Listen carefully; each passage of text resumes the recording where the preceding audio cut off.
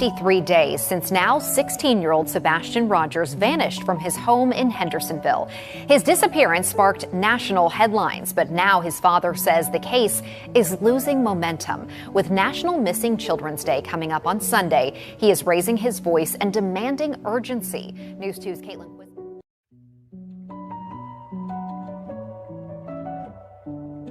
I went and talked to neighbors, and every single one of them, every single one, welcomed me. And if they had video surveillance, they gave it to me. The only person that would not talk to me, as the only person that had something to hide and wouldn't talk to me. You know, she has a son that's hiding and waiting for somebody in the dark, late night on the 25th, and there needs to be some explaining for that. I'll just leave it at that. That we are going to keep searching, we are going to keep looking, we are going to find him, and we are going to bring him home. Since we first aired the video last month, authorities have said no evidentiary value. It is of no evidentiary value. It is of no evidentiary value. Can you tell me what those lights are? No. Why? Because the investigation remains ongoing. Yeah, I'm working on behalf of Sebastian. I am not. My client is Sebastian, and they're the guardians that have the ability to sign. It just started. Hi, Dad. I know this is gonna sound weird, but tomorrow's picture day. So could you send some decent clothes over to me so that I can wear the decent clothes and be handsome for my birthday? We all decent clothes. Mom. Because our heart is missing. He is my world.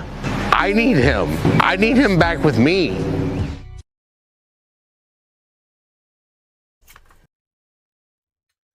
All right, welcome Mob Crew. Thank you guys so much for tuning in. I do apologize I had to postpone this live, but wow, what a great live show that Seth did the other day. Got smileys in the chat. What a great show. Good to see you on the panel and everything you've done for this case, especially all your early interviews with Chris and Katie and everything. And of course, to all my wonderful mods, members, and supporters, thank you guys so much. But man, if you guys missed it, I broke down most of it. I hate to take other people's live shows and play them. I know a lot of other people do. I mean, there's nothing wrong with that, you know, if you're commentating.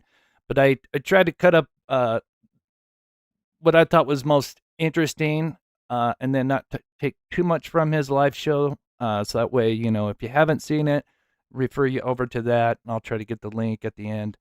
But again, wow, my jaw dropped when some of the answers came out from Seth. That, man, questions that I didn't even think of that people had for him.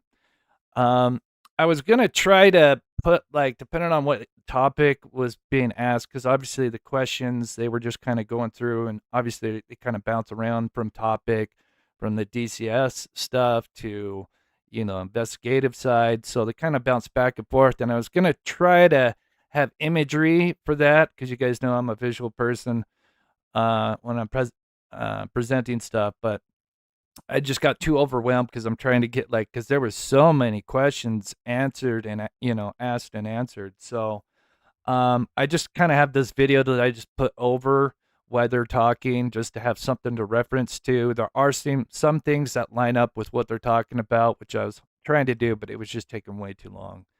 But let's get into it, because he did like a 3-hour live show. Yeah, that was so awesome.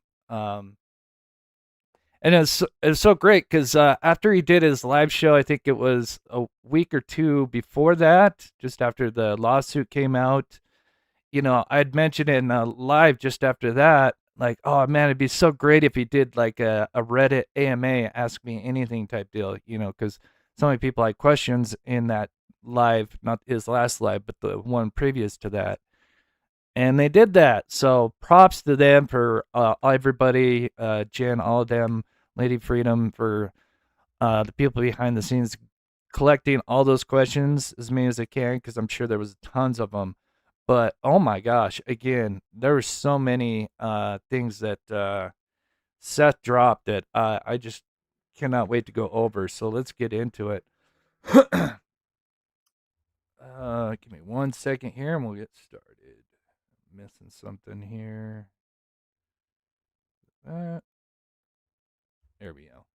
And if you're just coming in, please hit that like button so we can get the word out there. Because again, he still hasn't been found. It seems like, thank God for the lawsuits, but it's up us to the community to help push Sebastian Rogers' name out there. So I'm just fixing this real quick. So again, if you're just joining, I'm taking Seth's live that he did on Friday. He did basically a Q&A, had questions from before that were asked from a previous live, and then I'm sure just some that people had on the spot that were on the panel. Great questions. So here we go. Let's thank you, Peggy, for your just over a year support. God bless. Let's see here. My attorney is doing everything. This is a civil case. I don't believe that any criminal. Oh, no. It's a civil case, so I would have to say that there's no criminal charges from the civil case. When the judge reads it, I mean, federal judges have a lot more authority than.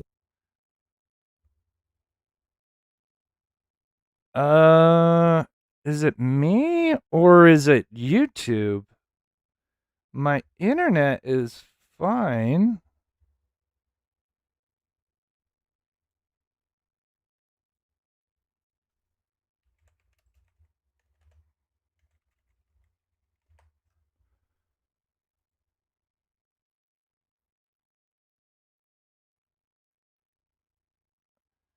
Yeah, I think that might have been on YouTube's end. You have one of the best internets, but is it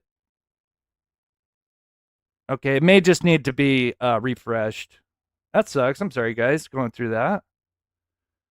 Okay, it says it's good on my end now. Yeah, it might have been just a buff. Yeah, it could be a plethora of things. But I do. I'm getting a green light from the stream, so it should be good now. Okay.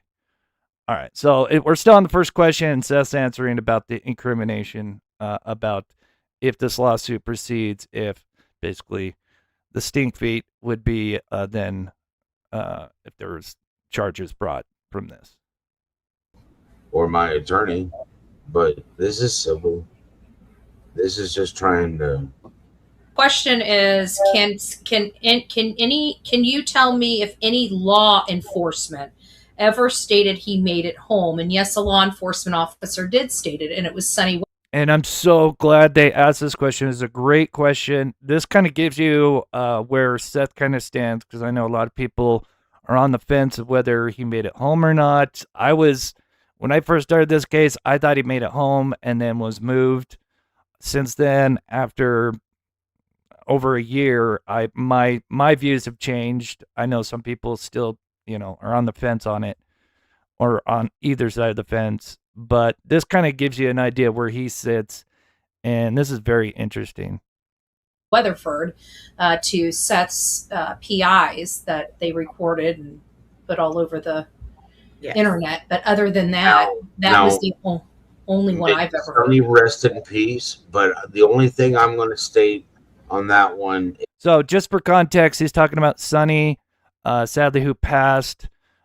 He was kind of running the show at the time, but it sounds like because he was getting ready to retire, here's Seth kind of explaining that, because, there is that little clip that was leaked out from one of the PIs interviewing and asking certain questions, and he said that he thought that Sebastian made it home, but I think Seth clears it up, at least in his opinion, which I share his opinion, that, he's just going off of what everybody else is telling him, that's below him running the case, such as Craddock and others.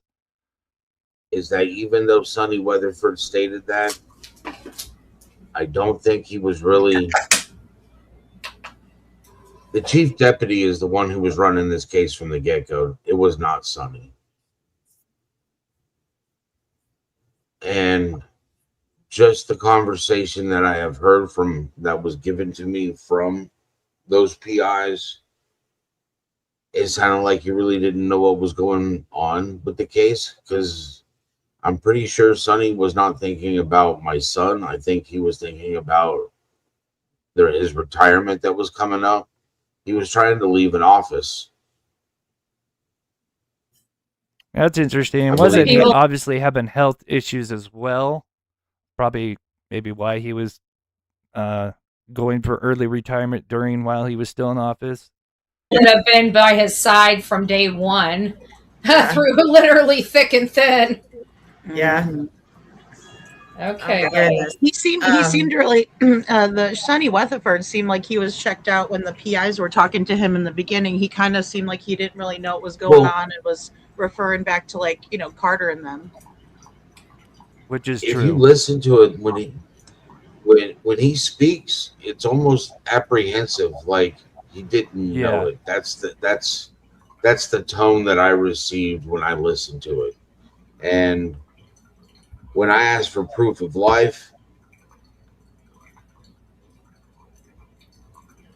they showed me Texas Roadhouse. Yeah, that's not good. That's that to me is a real big notification for me, for law enforcement to show me the Texas Roadhouse of him leaving. Not the whole thing, but just him leaving as proof of life. That doesn't mean that he came home. And no matter how I look at it, too many lies have been told on the other side for me to believe. And he's also obviously referring to Katie and Chris, where they've been interviewed and been on so many panels. And basically the one call that we heard from the leaked PI again, where she says, yes, there's proof of life, and they're getting upset because Seth, wants to see it as well. But he couldn't tell that it was Sebastian, which is from this clip here, which is obviously, this is taken later on, but when he took the trash can out, which is sitting right here, that's about put home, and he couldn't tell who it was. But according to Katie, it was clear as day that it was Sebastian, and he's obviously referring to that. What comes out of their mouth. So. And then the audio that was in the car, which is super sus. That's not too hard with everybody that's on the panel, Betty. I'm going to interject. Allie NZ New. Seth, could you get the Cold Case Foundation on board to help you? That's a great question. I have spoken to Mr. Christopher McDonough, and he said he would get back with me. And to be fair, a guy of his stat, in his placement, he's obviously got a lot on his plate. I can't imagine, especially being part of a cold case foundation with how many cold cases out there, how much stuff he gets every day from people, hoping for his organization to, help step in somewhere. So I can't imagine, how tough that would be, to do a YouTube channel and do a foundation. That's got to be a lot on your plate. But man, that would be amazing. And I'm still waiting on him to get back to me. Oh, I have been to their website. But in all fairness, I think. Yeah, I don't blame him for not trying. Certain answers or certain questions, he is going to have to stay away from because. And I'm surprised he answered as much as he did in this live. This is why I'm like, oh my gosh, like he kind of let loose. And I think that's because the lawsuit's out now. Yeah, I know he had to probably be very quiet before that, and then of course the stuff that's in the lawsuit, especially pertaining to the DCS and CPS reports, he still has to be, contain himself with that. But yeah, I think with the green hoodie, which of course, yeah, it would be interesting to know more about, like, what did they show him? Like, I know he's kind of answered a little bit about that, but like, I personally think we're gonna find out. This is my opinion. The green hoodie, the body cam footage that they showed him was probably some random person that was wearing a green hoodie, and they're just gonna say like, well, it looked like the person on the video we saw in Texas Roadhouse. We went out and looked, and we found this person wearing a green hoodie, and yeah, we thought it was them, and that's just my opinion.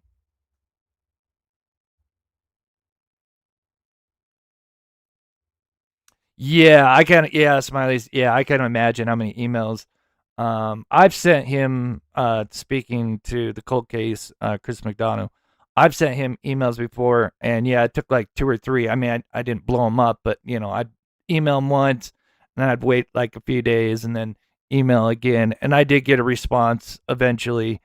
But yeah, but anyway, not to get too sidetracked, but thank you, Smiles, for putting that. But yeah, I'd have the same questions for him, and I get it. Like, it's got to be hard to answer certain things, especially he may say something that might get misquoted, or he may be wrong about. So yeah, it's got to be tough in his position. The last time you spoke, yeah, I have the same questions, Kat. To him, there was so much chaos in this case, and right there, if they control it, then that was probably the wrong. That's probably what I just realized that was missed, because it probably didn't pertain to you. And I don't think you'd know this either. This is a good question from Stevie, but in all fairness, I don't think you're going to have the answer to it. Well, ask the question. Yeah, it says, why did Katie cancel a doctor's appointment for Sebastian? Oh, now this gets asked again in a different way, and oh my God, what a great question. I don't know if he answers it here, and maybe I won't spoil it, but it's later on. This gets asked again in a different way, and it's amazing question, and he answered it, and it's like, holy shit. A couple days before he went missing. That's a good question. The reason that's a good question is because we're asking that question. Mm-hmm. And, I'm hoping my attorney can get it answered. Now, I'm surprised he didn't reveal it here, but that question comes up again, but in a different form. And he does answer it, if you haven't heard it, because I think it's more towards the end. And it was a 3-hour live. And I like when I was kind of watching it live. And yeah, I think I missed the last probably hour of that, and I think that's when it was in there. But oh my gosh, a great question that gets reformed in a different way. The real question is,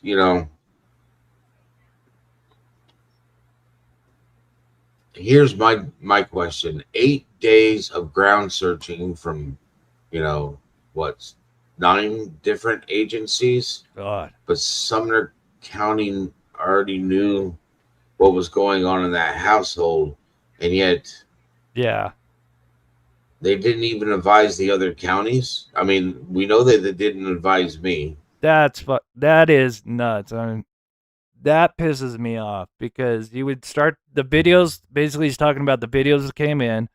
I've got a couple sources on the ground, and there were people that were in those command centers, maybe wives, maybe, whatever, of certain, officials that were in that command center, kind of in and out on those first few days or first week. And yeah, that's where we learned, obviously, Bobby kind of mentioned this about the car not having a license plate. They found out about an unknown car, and then, of course, the flashlights, and so on and so on. And from there, it should have completely changed. But we know that DCS didn't advise me. And yeah, the second you have an unknown vehicle, whether you don't know if he's in there or not, that should have been spread out across the county, state line, because obviously they're close to state line, Kentucky. Yeah, that is nuts. Yeah, he's 17 now. He'll be turning 18 in December. Oh yeah, Kai right there.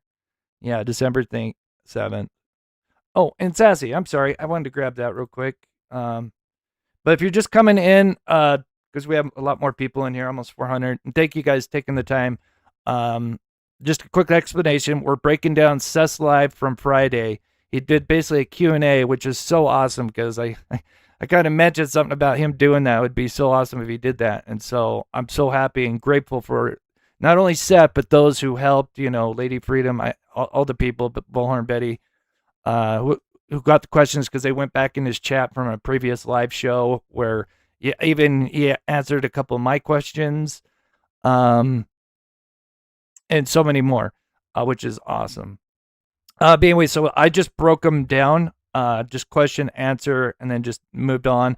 I was trying to build a kind of a visionary of like what was being talked about, but it just was taking too long.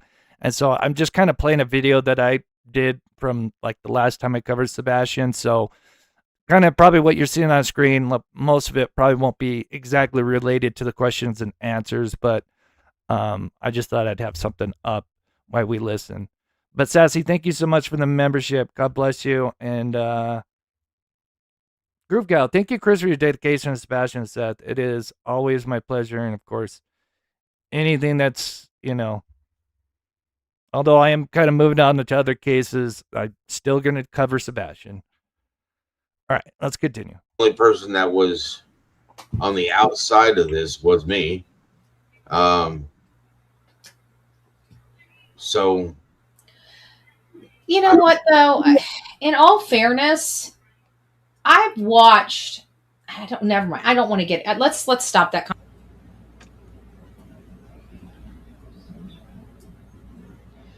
This one says, "I'm local. Did you know Sumner County Sheriff's Office deputies were dispatched to arrive at the command post, aka Shackle Island Fire Department, at 5 a.m. Did they know that early? I think." Okay, so we've talked about this, and I know exactly who this comes from. And there is some legitimate reason to question this. I'm kind of 50-50 on this.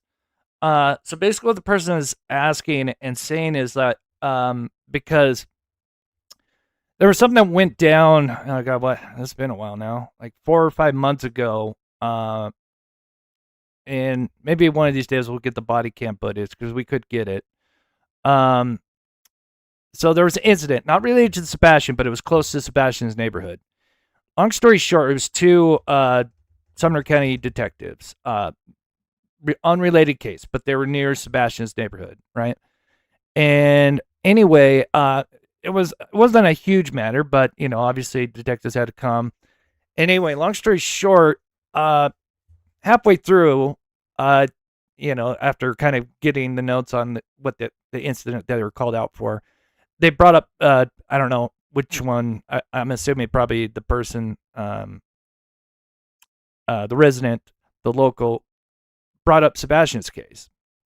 And so they kind of said, like, man, it's a shame, like nothing's been going on. And they said, like, the detectives, said, like, yeah, we're still following leads. We even did like one, like a month ago or something where they, I guess somebody told me about this. Like, I guess there was alleged sighting of Sebastian at Texas Roadhouse, the same one that he was, seen at the night he went missing.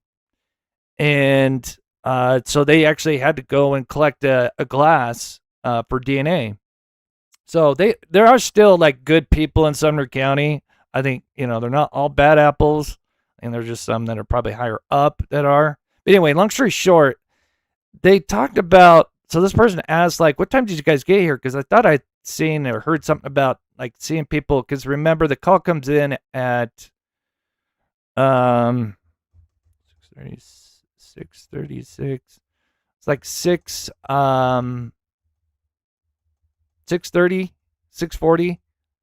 The dispatch, something like that. Right? I have my notes in front of me, but anyway, they thought they had seen, and one of these detectives said, like, yeah, I got there at 6 a.m. Now maybe they're mistaken, and maybe they got there at 7 a.m. because it was kind of more closer to like 6:40, I think, when the dispatch came out. Yeah, it was around like 6:30. Yeah. And so anyway, if you're wondering what that question is because they thought they had seen them starting to set up at 6. And so basically what they were trying to get at is, did Chris know somebody and get them out sooner? Is basically what they were trying to ask, if that makes sense. That's might be incorrect information. I don't know, because Sumner County didn't even bother to call Davidson County to even let me know that my son 76 was missing. I mean, Sumner County and DCS, neither of those two agencies have a problem with communication. Clearly, obviously, and it's out there. They don't communicate with me beforehand, and I've upset them enough with my questions and blatantly asking questions that they don't want to answer. Somebody asked me, is there still a open CPS case even though Sebastian's gone? Yes, there is. Okay. This was a great question, because it always gets kind of confusing, because we hear 5 CPS reports, and which ones are connected to Tennessee? Are there some connected to California? Are they all in Tennessee? And which ones happened? Because we know like one allegedly opened up in around February at the beginning of the year. They went missing, but there's one that opened up because of his disappearance, so that counts for one of them. But yeah, there's an open DCS case concerning Sebastian. Yeah, it'd probably be hard to do, but yeah, so it'd be interesting if they could ever figure out something. Now, is that the one from February that they were talking about? I posted some Facebook posts, but you know how that goes. I mean, it could be hearsay, it could be coming straight from somebody who knows more, but that's what I've heard about it. And I don't know if you can answer that. I'm just asking. And thank you. We got over 400 people in here. And again, we just started. There's still been some interesting questions already asked, but man, it's going to get very interesting. He drops a bombshell about Chris, about TBI, and it's not even, it didn't surprise me, because it kind of makes sense now when you see the press conference, and now after you hear what he says, like, yeah. What was your question again, Lady Freedom?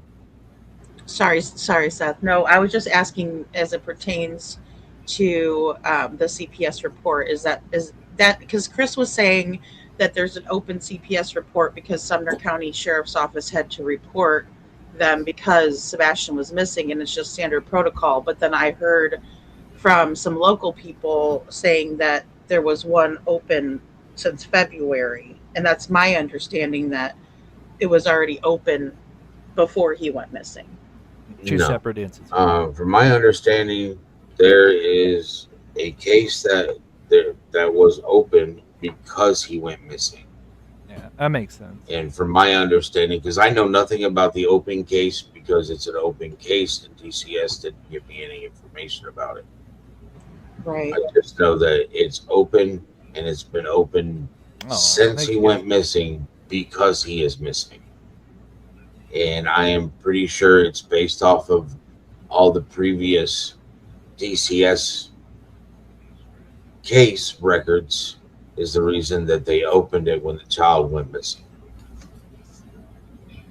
And how Which, in my opinion, if they had just let me know. If they would open that up, that's just so, like, dumbfounding. Like, they open up another one because of what they're when they find out like all the ones before, and of course we don't even know the open cases, right? We just know a little bit about what California and some of this stuff, you know, which is just disgusting. What Chris has done and Katie, of course, and like how the hell did they not separate these two, Katie and Chris?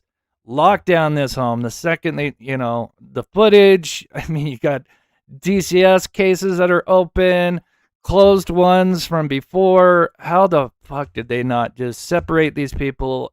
Interrogation, you name it, and nothing. Except instead, it was a complete reversal. They believed everything that Chris and Katie was saying, and they looked at Seth. The one guy that's, hour and a half away, literally has got the most solid alibi out of the three people. It's nuts. That my son was going through some of the stuff that he was. If they had just called and told me. Hey, Jen, no worries. We wouldn't be on panel right now talking about my missing son, not Kansas, Tennessee, and a neighboring state.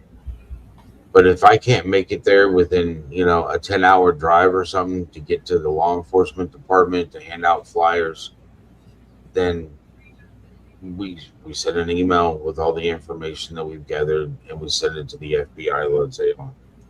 We're also in communication with the National Center for Missing and Exploited. Oh, this is a bombshell. Actually, it's not really a bombshell. It's not surprising, but I'm so glad he brought this up because, man, like I could just do a small little short video on this alone, and like, man, if there was like some records or if he had that phone call recorded, so if you haven't heard this, he's talking about national child exploitation, right? And getting his Sebastian's information to them and tips and stuff, and listen to his answer, right? Because remember, Katie has claimed that she'll never stop looking. She's doing everything they can. And then listen to this answer. Absolutely nuts. Children. So when they get tips, they send it to the FBI. When I call them and ask them about tips, they let me know what tips have been coming in. I'm the only parent that's been reaching out to National Missing and Exploited Children.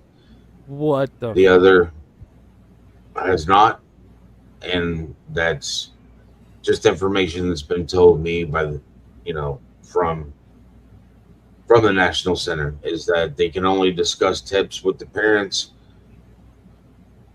FBI, law enforcement, and the parents. And I'm the only parent that they discuss the tips with, because I'm the only parent that's actually called them. That is so nuts. I'm not sure if you can answer this or not. Yeah, so my FBI report did go out. It went out a little bit later than expected, but that's okay. We had a little hiccup, but that's fine. Again, the one that I did, and I'm not going to get too sidetracked, but this is a great question because I did do a members live where I told people, because I told people that it had already been sent, but it was kind of on its way to be sent, but then it got delayed, but that's fine. Tweaked a few things, of course, the one that I showed you guys and the one that's, out there on that you can go and check, that is the rough draft. It's close to the final, but there's, again, some redactions. And of course it went through another barrage of spell checks, grammar. So again, the rough draft that you see, like that I put out publicly, again, it's still just a rough draft. That is not the final version. But yes, it did actually get to the FBI just after the lawsuits went out. So actually, his timing was amazing. But this is from Mr. and Mrs. Froggy. Just wanted to ask to clarify whether LE ever specifically said CP or KP took and passed the polygraph. Do you have any information on that?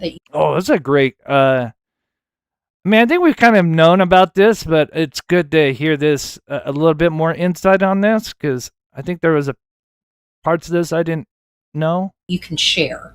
I don't know if you're able to share any I information. do know that Sebastian's mom was taken by TBI to do a polygraph. This is interesting. And I do know that She didn't deny it or, ask for an attorney or anything like that. No, Chris lost his when they brought her back because TBI didn't tell Chris that they were taking Katie. Gotcha.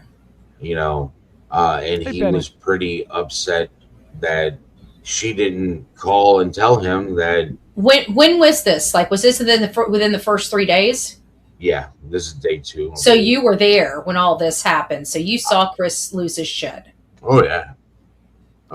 And we've seen him lose his shit on literally, phone calls, even panels. And I'm sure that wasn't even like his full, like blowing up, right? I'm sure he's got more levels that we haven't seen of Chris. And I'm sure that was, probably a 10, on the Richter scale with him freaking out. Which again, if you didn't have anything to do with his disappearance, I don't know why you'd be freaking out about that. I've seen Chris lose his shit outside of the courthouse, so I kind of know what he looks like when he loses his shit. Yeah, in his house, walking out the front door, extremely mad and angry, and started yelling at Katie, In front of everybody? Oh, yeah, in front of the TBI, everything. I mean, they've That's all crazy. seen him lose his... They don't care. And none of them even thought, oh my gosh, this child that has these disabilities is living with somebody like that? Not one time did that... oh my God.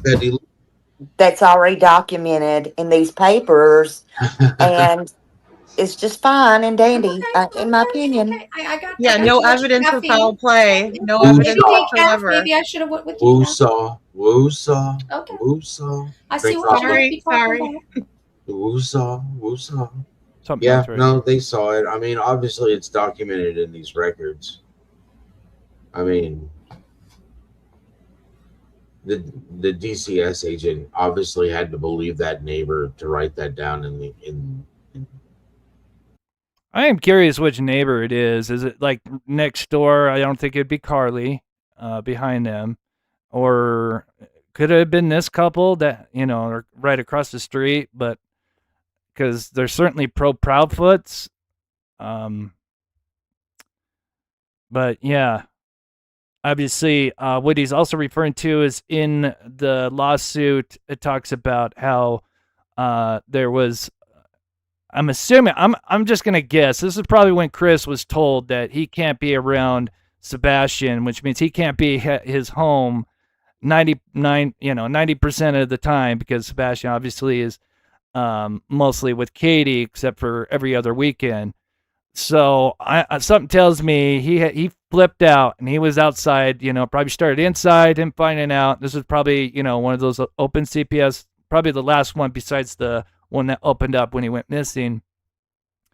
And whatever he did, that maybe Sebastian told the teacher, whatever, and opened up another case. And then I'm sure he was outside, and we know how Chris is, and probably blew up. And then one of these neighbors heard what, what was the phrase? I forget. I wish the kid wasn't alive. Someone could tell me in chat. I forget the exact phrase that was quoted, but, just terrible stuff. In the report, I mean... Stop it. SSI officer asks, Seth, my question to you, the day of Sebastian's disappearance, do you remember seeing any of the little dogs? If you even remember, thank you.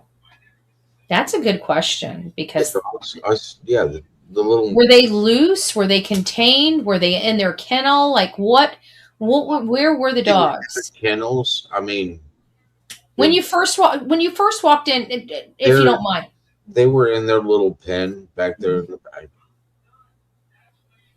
And were they yappy the whole time?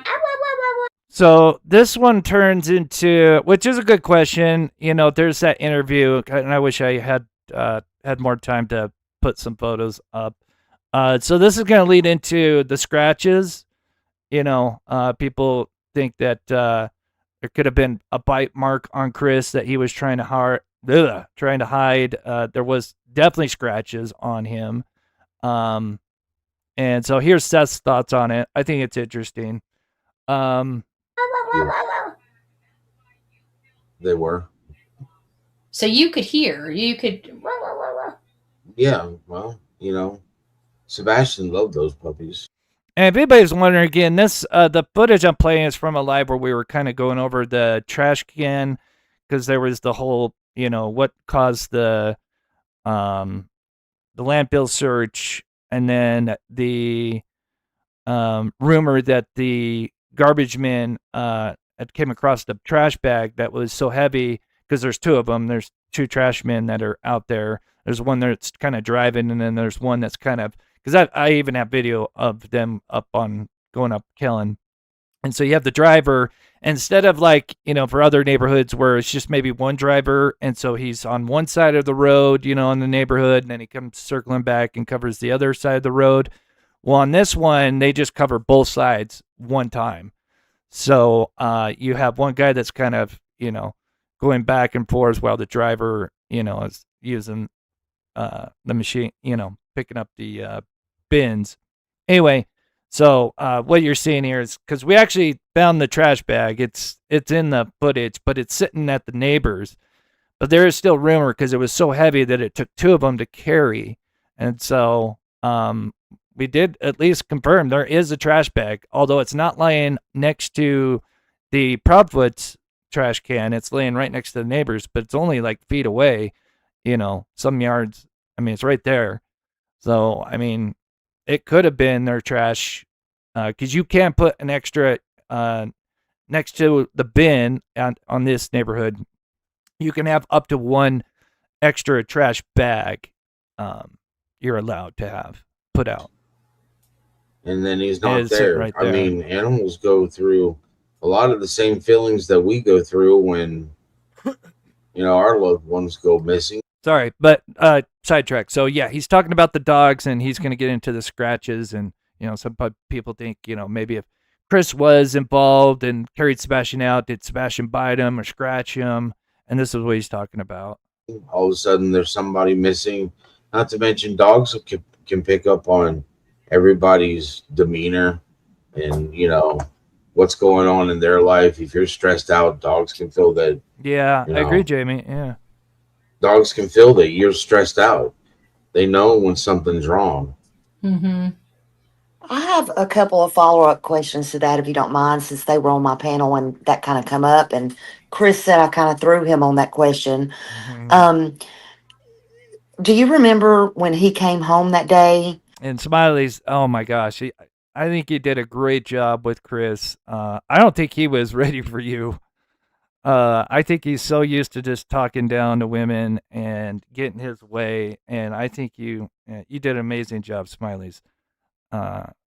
Huge props to that.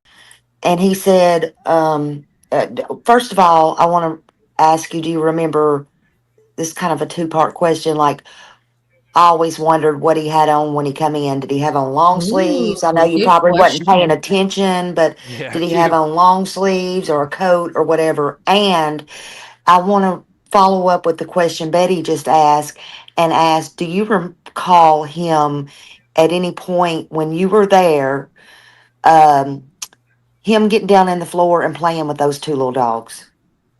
I've never seen him play with those dogs. Because remember, in my interview, he stated that's where he got the little bites.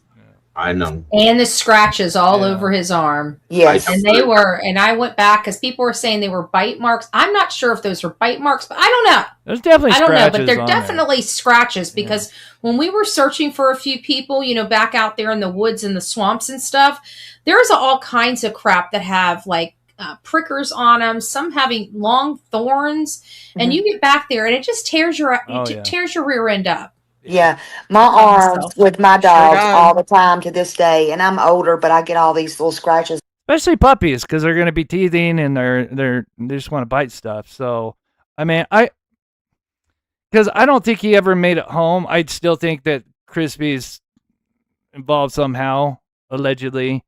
But I personally don't think he made it home. So him being carried off and him like, allegedly, a theory would be Sebastian biting him as he's trying to carry him off to a vehicle or something. I don't think that happened. Again, not saying it couldn't have, but I think it's likely the dogs, but you never know. But I definitely think Crispy, no matter what, and stuff on mine when they greet me and all this kind of stuff. But it just made me think about what he said because of that question that was just asked that Betty talked about. So Miriam, so we have Smiley's who's in the chat. I think she's talking right now. Sorry. There's like four total people on panel. I'm just playing my video over it. But there's Seth, obviously, Lady Freedom, Jen, Smiley's, and then Bullhorn. So actually, so there had been 5.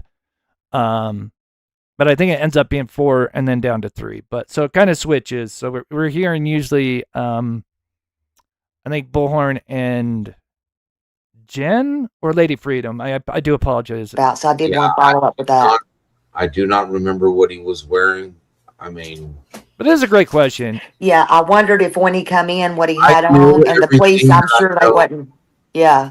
If I knew everything I know now. Yes. Pebbles doesn't believe. If I knew it then, it could be. I mean, I would have been. And to your argument, Pebbles, and I'm sure other people agree too. Again, we can't all agree on everything, right? We can agree to disagree. Where those scratches and if they were bite marks as well came from. But yeah, to your argument, remember the next interview, they were too emotional to show their faces, so we just saw their lovely, hand commercial. I guess they were trying out their hand modeling, promoting that. But anyway, so I mean, you could argue, was he trying to hide something? Paying more attention to what people are wearing instead of just trying to find out what happened to my son. Exactly. Okay, thank you for that. Oh, damn it. Those. Just be careful of certain choice words. I think a lot of us feel the same, Tammy, about as far as CP. Just be careful of the way how you word it. So, because my mods don't want to delete any comments. Brambles can really tear you up. Do you think that? Agree. CP is a piece of trash. They would let you look at that video of Sebastian at the garbage cans. Okay, so here comes. I mean, they all have been great questions, but we're gonna start getting into some like jaw-dropping ones, at least for me. And I think one's coming up here. Yeah, and so this actually kind of relates. So this is related to the neighbor across the street that has the Ring camera that captured a lot of stuff that, before the case, Sweetie Pilo spoke to this neighbor. And man, I wish she would have got more out of this neighbor for the time that she was able to speak with them, because man, were they giving us some very interesting details. Because they were going back through the Ring camera, the neighbor, and literally telling us the timestamps, obviously being spoken through Sweetie Pilo, but this was a great source in the beginning. But then I think they eventually then just went silent. But anyway, I digress. Again, do you think you could get a picture of that possibly, or a screenshot of that possibly? They won't let me see any of that information. I've asked before. Well, you guys know what I would do if I had that footage on my hands. I would be up all night looking at every damn pixel until I go blind. Just thought I'd throw that out. SI officer was asking that, and that was just a follow-up question on something else. So I just wanted to throw that in there. You're welcome. Now, I don't know if it changes, but it does come back to this a couple of times, to this camera and the whole Sebastian take. And man, there's some very, very fascinating answers by Seth. I mean, I'd love to have all these videos so that I could go over them. Yeah. Not share them, just so I could go over them and see if I can see something. Have anything? Does Sebastian need his glasses at all time to see? No. No. Sebastian's glasses were mainly because he has what they call a lazy eye. It's not the medical term for it, but he had a lazy eye, and the glasses were supposed to help correct his lazy eye to get it to come over, and they're supposed to just strengthen up the eye muscle. Hi, Betty. So I think Betty leaves the panel. Seth, I just had a follow-up question about the trash can video. Okay, here comes one of the big ones, in my opinion. I mean, they're all great, but this one, because you guys know me, I love the visual, the forensic side of cases, and what he reveals here just like didn't surprise me, but I'm like so glad he revealed this. So did law enforcement was telling you that they could see Sebastian. So you kind of, in the beginning, I think it was on Pascal, someone was referring to that, that you thought it was Sebastian. Is that true, Trace? I mean, that's interesting.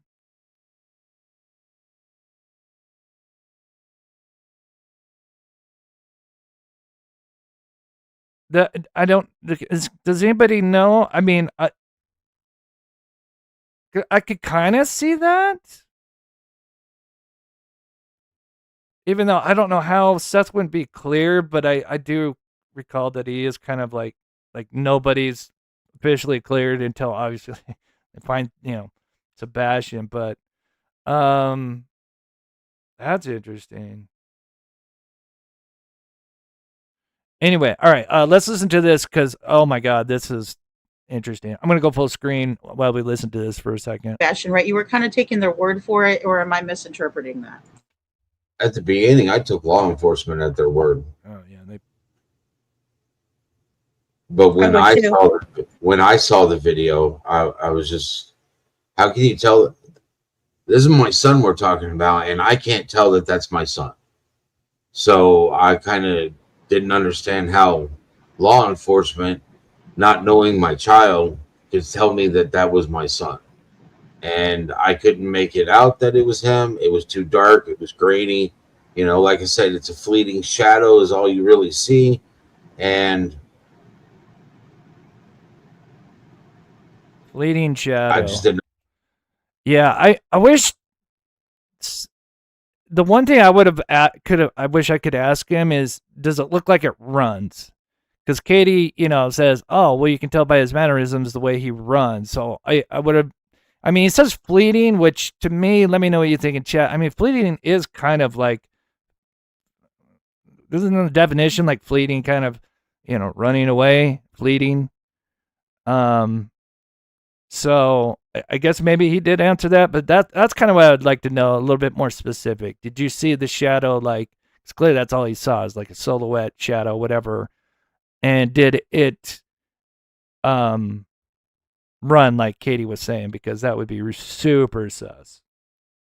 Yeah, if you have an alleged sighting, Tracy, I would send it to TBI, FBI, probably FBI. If you have a tip and a picture,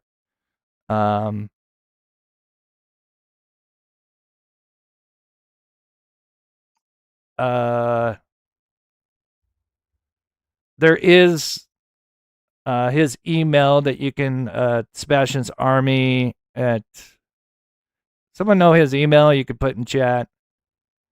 I mean, got to take every sighting for real, but I would send it to FBI. That'd be the first people I'd send it to. Yeah, State Sassy's got it. There you go. Yeah, that's where first FBI though, I would, but you could send it also to Seth so they can take a look at it. I'd put in the subject, this looks like Sebastian, Sebastian sighting or something like that in the subject title. Understand how they could sit there and tell me stuff. But then again, as time has progressed, I've realized that they've told me things that aren't true. Like the garbage truck lights. Well, and I remember being in Pascal's chat and everyone was like, well, did you Did you get to see that trash video, or pertaining to the trash truck that they were saying, law enforcement was saying the lights video was a trash truck, and that's what it was in the neighborhood, and don't fret, it's just a trash truck. But then people were pointing out that where the lights were located in that video. So the trash bag, we found it, Jennifer, and it's a great question. Yeah, because we thought about that's something that hit me too. Because it's a great question. So the trash bag itself is sitting next to it, and we've been kind of showing it fleetingly. I don't want to rewind this; it may pop up again. But it was sitting next to the neighbors. So the question is, was it the neighbor that put out this heavy trash bag next to their can, or did Katie walk it out maybe before they went to Texas Roadhouse, or did she do it in the middle of the night? But yeah, it wasn't laying next to theirs, next to their actual trash can. But yeah, it's a great question, because yeah, if it took two men, that's kind of why we did this part of this live, along with that I found where that trash bag was. It was just actually sitting next to the neighbors. Again, we don't fully know if it was the neighbor's actual trash bag, although it was, of course, sitting next to theirs. If it was just theirs, but, since it was so close to, since it was next to Katie and Sebastian's home, that the trash men, thought that they'd mentioned this to law enforcement and locals. That's how it got out, at least. But anyway, yeah, it's a great question. Not be a vehicle. Can't, right, because there's that big ditch and it's the common area. It could be a vehicle. It is surely not a trash truck. Yeah, it's a big ass trash truck. Two people carrying flashlights. Yeah, this ain't night court. Sorry, I know. I'm trying to behave over here. No, but I appreciate you clarifying that, because I know that was part of that question and I thought of it after the fact. So thank you. That's fine. Jen, that's when they started sending, the lady to the house to speak to Sebastian a couple times a week. And I have to say that if the doctor knew about it before me saying anything, that stuff would have been happening prior. And obviously he's referring to the DCS and not being told all this stuff. And if he would have known, he would have intervened much sooner. And it's just a shame. Damn common area. It's not a common area. Don't call it a common area. Don't do it. All right. The real me too. 8303. I'm sorry. All right. Go ahead. Go ahead, Lady Freedom. Or Smiley. The real me too said, isn't it true that Chris was not supposed to be there when Sebastian went missing? The DCS records have been redacted, so I couldn't answer that question. And if I did know, I still wouldn't be able to answer that question, because that would be discussing something in the DCS records that are not in the file.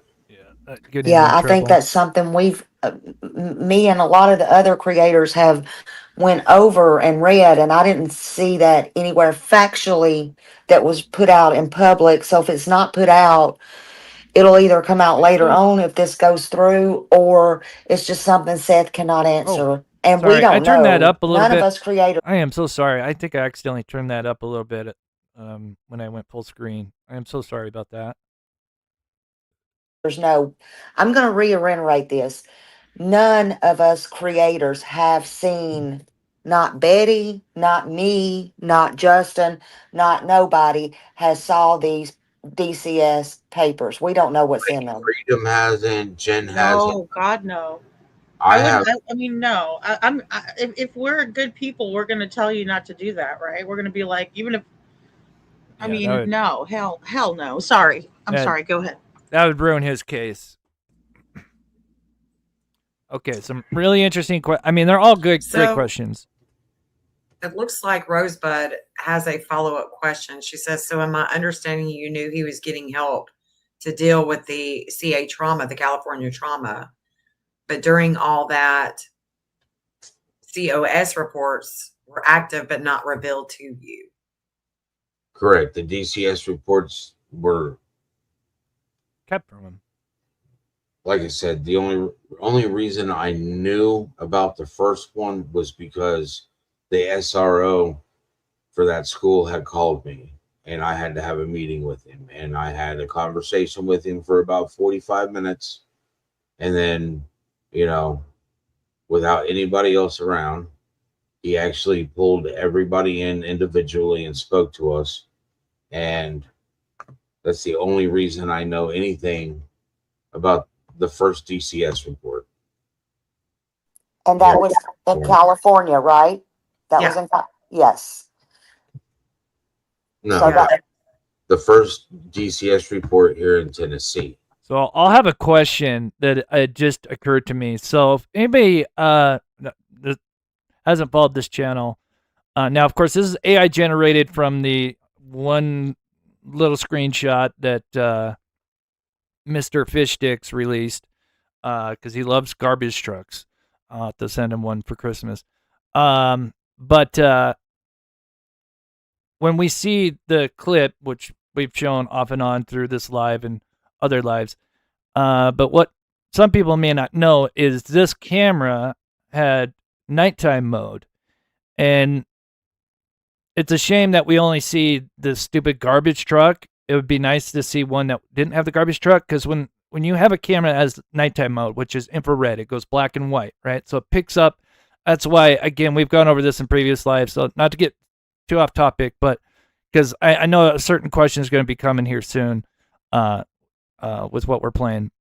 But anyway, this Ring camera had nighttime mode, but we didn't see it in the clip or the screenshot that Fish Sticks released because the garbage truck was coming down the road, and because of all the ambient light and lights from the truck, it was so bright that what happens is, because obviously when it's a nighttime mode, it's black and white, and those lights you wouldn't be able to see anything. So what it does is it automatically switches to color mode, just regular mode. But in any other situation, the camera is now, when it's nighttime, it is black and white. And that's why I've explained it multiple times.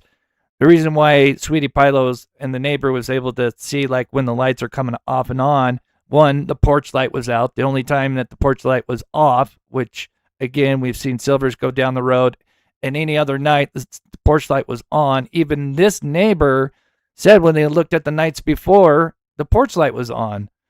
But anyway, I digress. The reason this is interesting, and we'll come back to this when two different questions come up, is because when lights are getting turned off and on in their home, because it's in nighttime mode now, any light source that's close enough to this camera, especially this home, it's going to trigger the motion to record. Okay, just to clarify. It's because the SRO officer reached out and called me. They had my phone number. So he called me to the school and spoke to me about what Sebastian stated. And I told him what happened in California. Gotcha. Jackie, T2008. Yeah, if we can try not to mention other creators. We don't want to have, again, we don't focus on that on other channels. And my mods don't want to delete anybody's comments. So we can maybe not talk about other creators just because, we don't want to ask Seth, what were your feelings on any specific behavior interactions between Sebastian and Mom shown in video at Texas Roadhouse? What were your feelings on any behavior, anything that you saw when you saw Sebastian? Was there anything that you... This is interesting. So she's asking about the Texas Roadhouse and what he noticed, because obviously versus his relationship with Sebastian when he goes to take Sebastian out to eat or whatever, scenario. What's it like when he sees the Texas Roadhouse and Katie and Sebastian interacting? What's that like versus his own? And this is a great question and very interesting answer. Felt or anything that you thought, I don't know, to get the egg. watching that video, he was not happy to be there. Yeah, he wasn't happy to. It seemed like he wasn't happy to even be in her presence. I think he was told I mean, something. he doesn't act like that when we would go out to dinner. I mean, he would be smiling, laughing. We'd have conversations, or he'd have my phone. I know, At which Roxy. time I'd give him a hard time because it's like, you're over there on my phone playing video games, and I'm stuck over here watching you, and I can't even see you playing the video game. Right. Why don't you come over here and play on my phone with that you're doing anyways, but come over here so I can watch. You know, and I mean, as soon as food came out, he would put my phone down, and then we'd sit there and eat, have a conversation. And there wasn't much conversation. I mean, most of the video has been released, I think, by Dog's team or whatever. And yeah, like I mean, I'm sure a lot of you have followed this case. Very, very little interaction.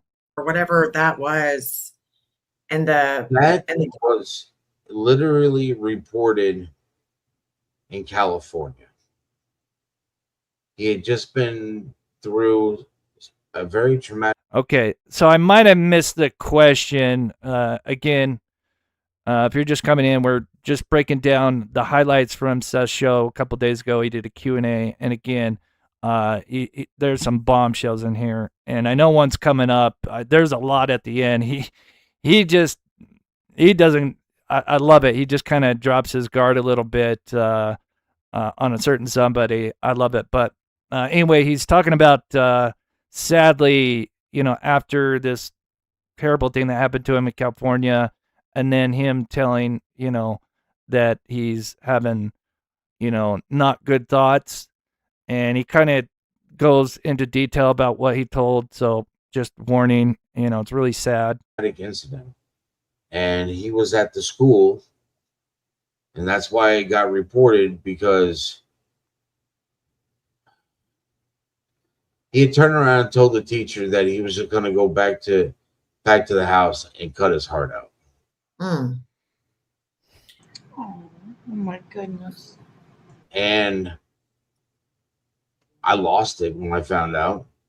And I chewed that school psychiatrist up and down. I screamed at the teacher. I was like, so a child says that they're going to go home, that their living environment is enough that they just want to cut their own heart out, and you send them to that environment. You don't call me for me to come pick him up, because he's not talking about it at my house. He knows where he's going when he gets out of school. He's going to his mom's house. I don't know. Lisa asked, have you ever asked the neighbor to see the video? Neighbor, when I asked to see it, Chris didn't show it to. Okay, so there's a little bit more, because again, if you're just coming in, because I didn't want to take everything from his life, right? I do encourage, if you haven't seen his live, to go check it out after the show. And I'll try to get the link. I think I forgot to put the link of his video in there, but I will at the end. So I did kind of cut that short, because it's really sad. You know, it is heartbreaking. But this is where one of the big bombshells for me, because again, you know, I love the forensic side of stuff.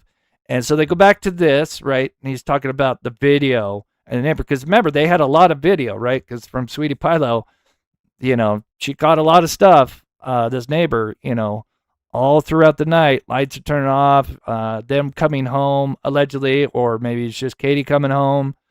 But this is, oh my God, my jaw dropped on this. Me, and the neighbor didn't even know who I was.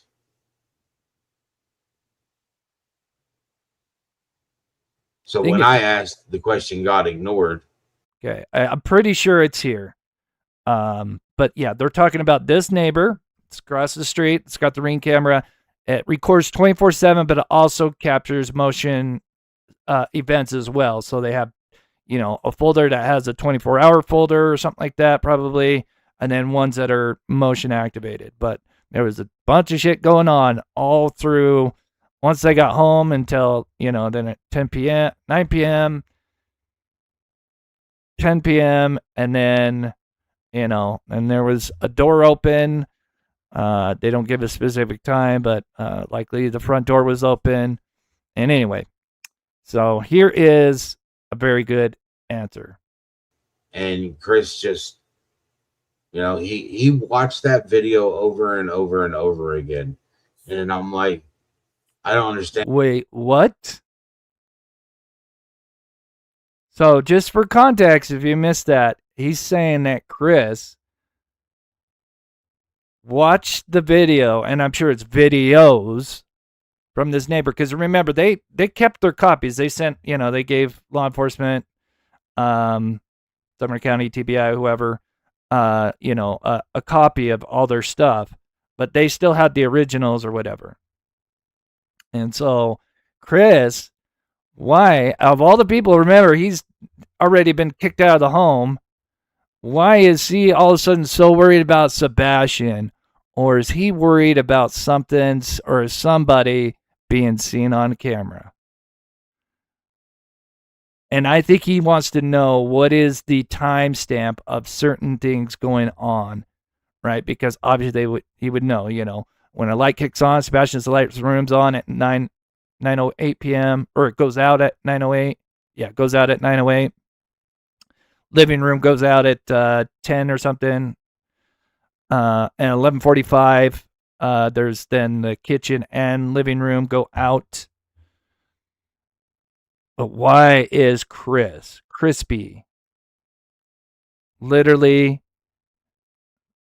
so invested in this footage? And in my opinion, if you've been watching my channel, especially after we went back and found Sweetie Pie Low's old videos, and one that I hadn't really listened to a long time, where she doubles down and says, yeah, the neighbor told her that there was a door open. And for the longest time, there's only two doors that she could be talking about.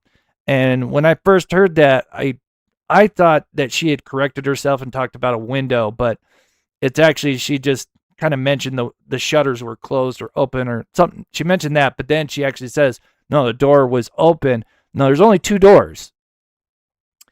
It'd be pretty damn hard to see this because it's kind of got the door to the garage is back. Look, like we can't even see the door. We can only see the door frame, right?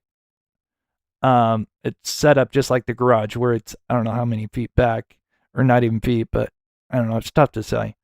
But obviously the front door, what I think happened is because the front door, they had a code lock on it, right? And they also had an app for it.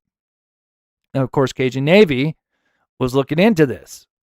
And when they asked Katie about the code and getting the app and the timestamps from everything from the app, Katie cut them off. But anyway, I think she left the front door open at 3 a.m. And then went out, and everything happened allegedly within like 3 minutes, 4 minutes tops. And I think what she wanted to make it look like is, because if she opened the door to go out and whatever they did, either to go collect his clothes, or if you think she brought Sebastian out, either way, it doesn't matter. Whatever she did with the interacting with the car, if she would have opened and shut the door, there would have been, an open shut at 3:03 a.m. or whatever. And then when she came back at 3:07, there would have been another log that would have said, open shut again. So what I think she tried to do, because it will tell you, open and shut. It isn't just one log, And so I think what she tried to do is make it look like the door was opened. And even though it's open for a few minutes, she left the door open while she went out and did her alleged thing, and then came back and then shut the door. And this is why the neighbor said, to Sweetie Pie Low, yeah, a door was open. And I think that's, we got a lot of timestamps on certain things, but we didn't get a timestamp. But if you go through her interview and notes, she mentions this after the 11:45 lights go out. So if you go through the timeline, it adds right up. Anyway, why the hell is Chris researching that? I think he wanted to see if he could see Katie. I think she went gingerly, and that's why the porch light was out. She gingerly came out the front door, and then the flashlight video happens. That is. Watch that video over and over and over again. And I'm like, I don't understand why you're watching it over and over and over again. Yeah. I've watched it twice. And, when law enforcement showed it to me, I watched it twice. And I was like, I pointed out a couple different. I guarantee it probably pointed out, why is the porch light off? Now, I'm just guessing, right? I don't know. Things on that video. But why would the porch light be out? And I think the person whoever took out the trash came out the front door. Because if they would have came out the garage, they would have been moving right in front of the floodlights. Well, I guess they would have had to come through, but they would have had their back. If they came out the front, actually no, I guess they could still came out the side there, because they would have had to grab the trash can if it was sitting there. Yeah, that's interesting. And asked them about it, and they were like, but the porch light still, like, I'm sure he probably would have mentioned that. Like, oh, well, we hadn't even seen that. And it's like, well, that's why you're supposed to have more eyes on it. Right. You have to have more eyes on it. You should have 4 or 5 people watching this video at one time, agree. because you can't see everything that's going on in that video once. No. Unless you're Fish Sticks and Company, where I guess if you watch one video, one time, you're an expert in it, versus where I can guarantee you I've got probably, sadly, but not sadly, because I would do it over and over again to help Sebastian and Seth. Just the 3 a.m. videos, I put hundreds and hundreds, I want to say like 1,000 hours into 3 minutes of video, 3+ minutes of video. And then not counting the cemetery stuff, that's a whole other hundreds of hours of watching just stuff. But yeah, anyway, they're experts in it, watching it one time. But yeah, it's so stupid. I mean, it's like I've asked to see the lights video, and Sumner County told me they don't even have the lights video, that TBI has the lights video. How the fuck does that work? That makes so much sense. That's another bombshell he dropped that just like, holy shit. No wonder Sumner County isn't going to get anywhere. If they got evidence in like 2 different departments, not, like Sumner County is supposed to be the lead and the other agencies are support agencies, but they don't have the original lights video. What the fuck? What the fuck are we doing here? Like, that could be, it's like trying to put a puzzle piece together and you're missing like 1/3 of the puzzle pieces. How the fuck are you going to solve this case? Pardon my language, but that makes so much sense to me, because we do see TBI come in with the 3D LiDAR scanner. And that must make so much sense that they have the video. I'm just blown away that Sumner County doesn't. That's insane. That's unacceptable.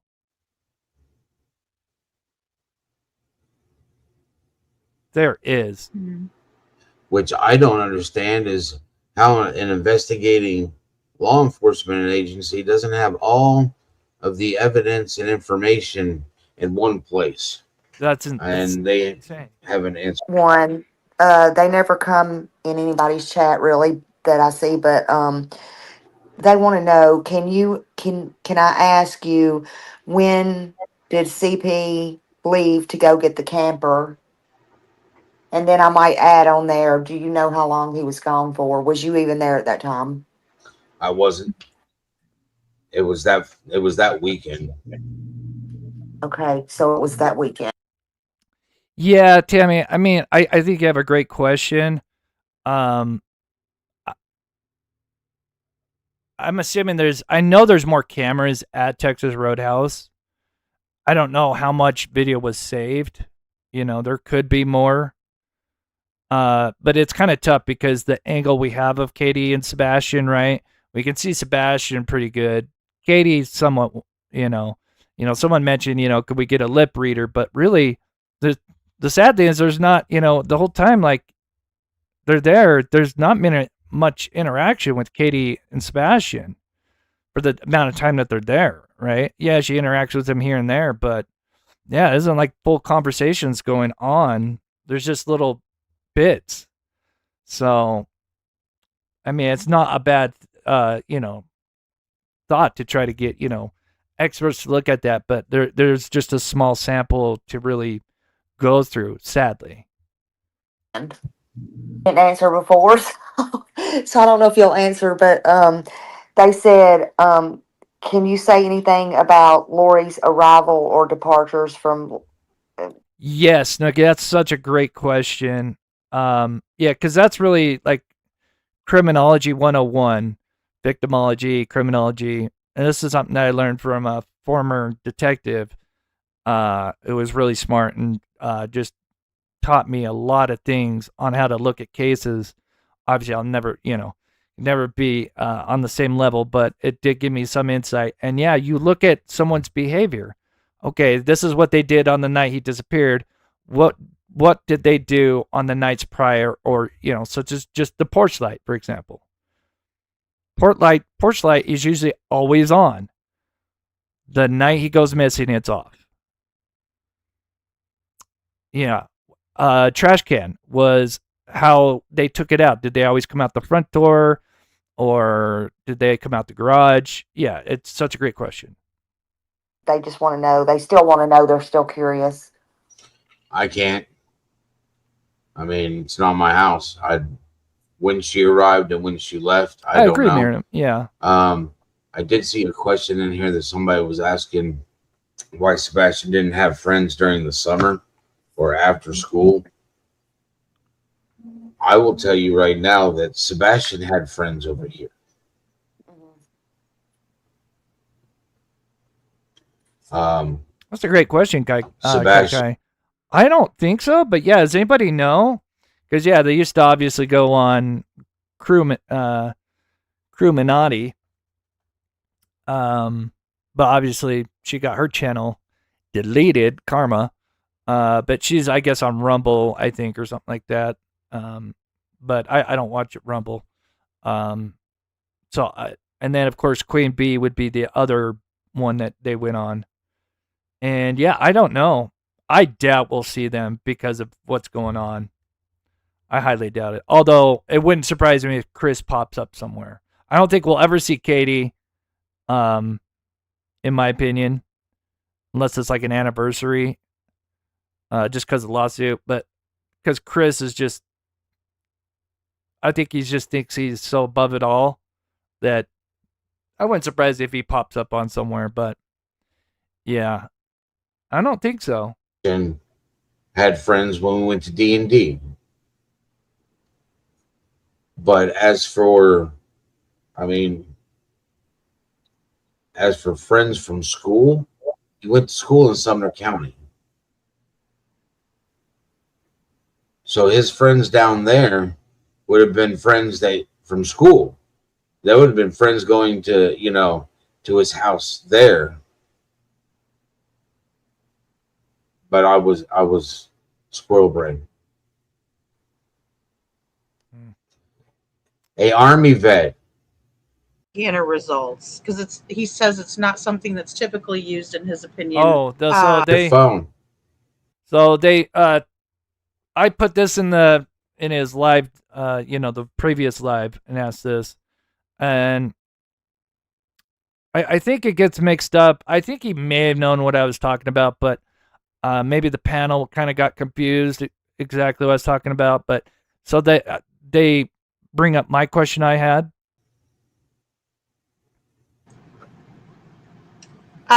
Seth, the mob crew asks if you can answer, did TBI or Sumner County Sheriff's Office did they tell you about the 3D scanner results? Because he says it's not something that's typically used, in his opinion, in a missing child's case. And I think that's a great question. Yeah. Now I do wonder if he knew what I was talking about, but then kind of, and I didn't expect him to really like give much, but I was just kind of wondering if they at least mentioned it to him, like, "Hey, we ran this just to let you know," or anything, just to kind of, wasn't expecting a really big answer. But obviously, for anybody that doesn't know, it's referring to the 3 a.m. lights because they were in the backyard doing the 3D LiDAR scanner, which is only used for forensics. And but then I think maybe some of the panel thought I was talking about the scanner that they used inside. I think that was a separate scanner. It's a different kind of scanner that scans through the walls. That's a different device, and I think those might have got mixed up. They did not tell me the results. They just said that. So I think he knew what I was talking about, but then I don't know, maybe some of the people on the panel thought I was talking about the inside, which I could see how that could get confused. They didn't find anything.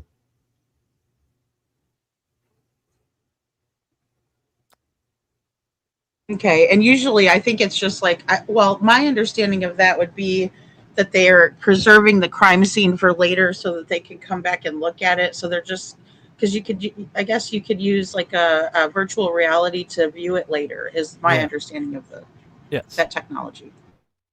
I have no idea. They said that they were coming in to measure walls. Yeah, see, then he switches to this, and again, I don't know if maybe he did that on purpose. Again, I don't blame him if he did, again, because I understand he's probably certain things, and I know that was kind of going to be a tough question. I wasn't going to get much out of, but I was just curious if they at least told him, anything like, hey, the fact that they ran this, we see it in the early news reports, them using that, in the fleeting clips with Craddock in the background, but we see TBI and they're in the backyard, and that is literally that is a very, very expensive piece of equipment that is only used for forensics and is literally taking a 3D map. And, we've already done a live on it and stuff, but that is literally used. They were doing that for the 3 a.m. video. I can 1,000%. There may have been side objectives to that as well, like other purposes that they could use that for, but guarantee you that was for the 3 a.m. video. Else make sure that there wasn't a hidden area in the house. But then he goes to this different scanner that they used inside the house, to look through the walls and stuff. So it's kind of a bummer because I'm not sure if he purposely switched it over to that or not. And again, if he did, I don't blame him. And again, I wasn't really expecting a big answer. I was just kind of curious, if he was told anything. Oh, okay. I remember. Yeah, and maybe that's him confusing the panel. Maybe.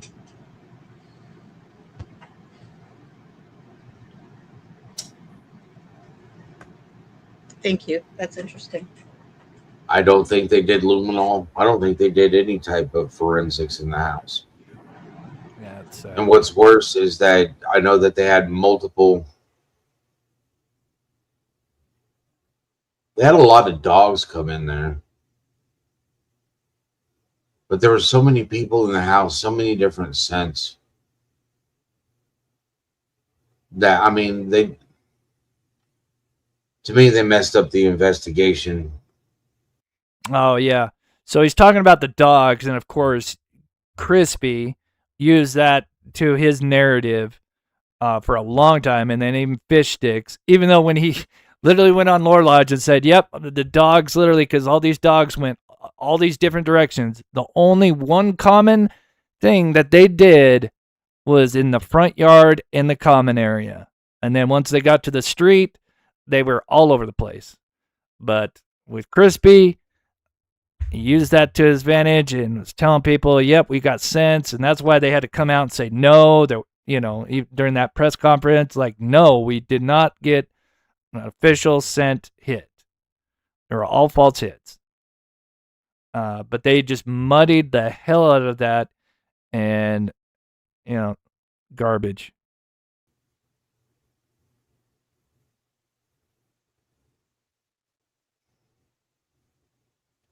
They should have done a lot of different things for my son. A TBI agent, Brent Booth. Well, I can say that I've talked to different police officers and agents, and they say that the jurisdiction is a difficult thing.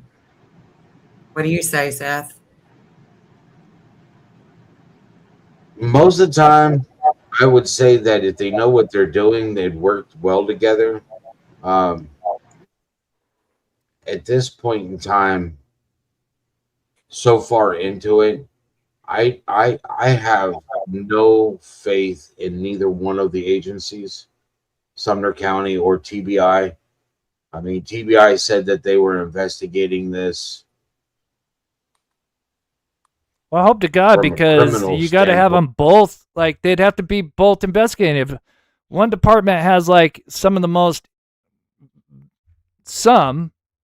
incriminating value forensic evidence, such as video, the 3 AM flashlight video, and then the leading department does not have that piece of information, and doesn't have, if they got some downtime and, could get some detectives to work on some cold cases.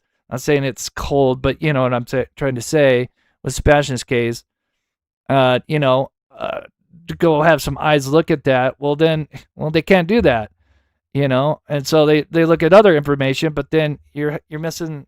It's so stupid. When it was a criminal investigation. That is very interesting. It doesn't surprise me. He just said that once basically TBI came along, that it was like they were looking at the criminal aspect for TBI. But yet TBI doesn't come and they don't do any press conferences. When they did the one press conference with Sumner County, in which that lady turned around and said nobody was being followed or threatened. It's like, well, I've given you license plate numbers, makes and models of cars that were following. That's a good question, Rose. My followers that were my searchers, the people that were helping hand out flyers. Okay, I'm gonna turn up my AC. It's getting a little bit hotter. I'm gonna go full screen. I'll be right back. I'll just keep playing it here.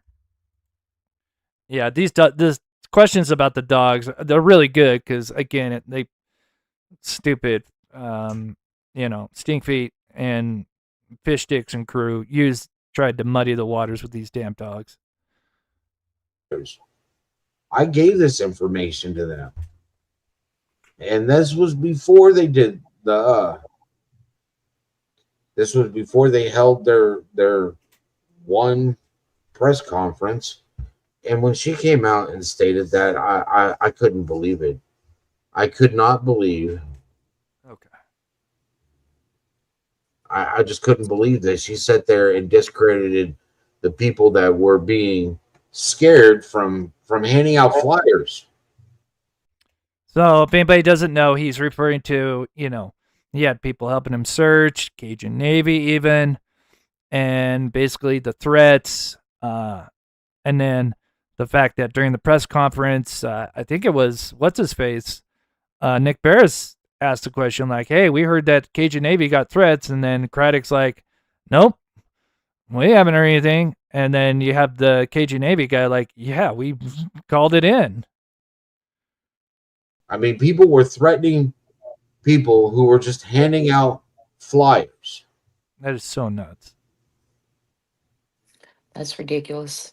To me, I was like, how can I didn't understand how and I don't understand how a law enforcement agency is not trying to protect the people in their community. I don't understand how, an elected official doesn't care about what their constituents think. But what's going on? So I think we're about halfway through, maybe a little. I don't wake up. 60% of the way through here. But there's some more bombshells, especially if you haven't heard the end of this live. he lets loose on Crispy. Man, I was like, yeah, Seth, go, Seth. Oh my God, I was like pumped. And go, this is my life. Everybody should enjoy it. I mean, I wake up going, where's my son? What do I need to do to find him? Yeah, we've looked at that angle, Bungie. It's there's like two areas that were kind of sus.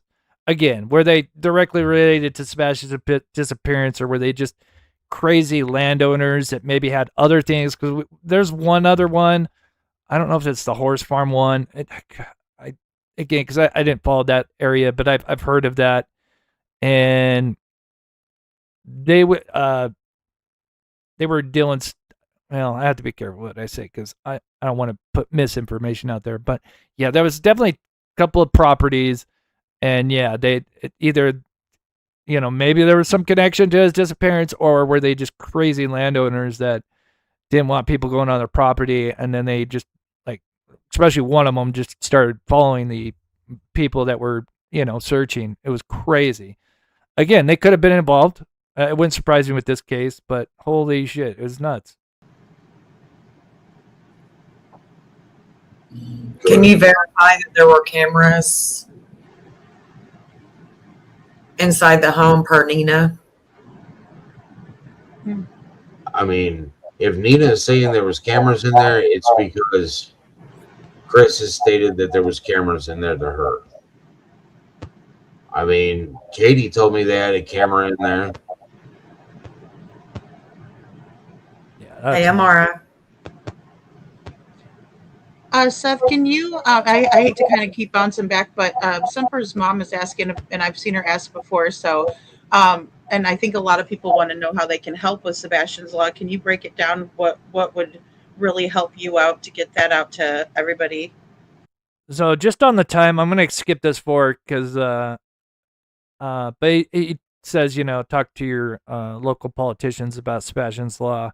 And again, you can go and check out his live. I encourage anybody that hasn't seen it to go check it out because, again, it's a 3-hour live, and I cut it down to about an hour, probably a little bit less, and we're 40 minutes in, so we're about 3/4 of the way through here.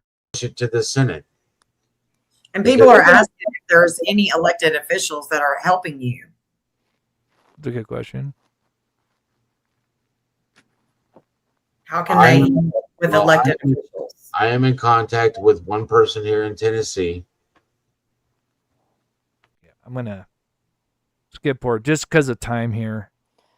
Seth, would Sebastian be graduating this coming up May? Or, I mean, Been contacted representatives within the federal government. Get it up to Congress right now. You already know. And I will definitely put this out there. If you live in that county, and all my stuff is up to date. Thank you. The appointment was okay. Here we go. So if you're here at the beginning, remember I said they asked about this appointment thing because Katie canceled it, and he couldn't really ask it. I think the way it was, the question was, the phrasing, was kind of just basic and just kind of, well, not basic, but it was just kind of the same thing that they asked in the lawsuit. But it comes up again in a different form, and this is a fascinating answer right here. So this is literally that Friday, 2 days before he goes missing, the 23rd. And remember, for those that don't know, he was being seen Monday, Wednesday, Friday. And she canceled the Friday one. Now listen to the answer when asked about it a little bit further. You guys are going to shoot me or not? Oh.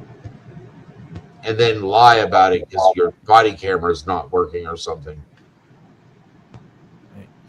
Stevie33 asked, why did Katie cancel a doctor's appointment for Sebastian a couple of days before he went missing? And Cheryl Barbane, 91, was asking if the appointment was canceled or rescheduled. There. Perfect question. The appointment wasn't rescheduled. What the hell? That is like bombshell. Hey, 808. Aloha. Hey, Jay. Good to see you, buddy. So she did not reschedule. He's going 3 days a week to a doctor's appointment. I forget the exact for mental health. And she cancels. Was it that day? I forget, or the day before. If anybody knows in chat, I can't remember. It was the day before. Been a minute since I looked at the lawsuit because kind of moved on to other cases. But that was such a great question how they phrased it.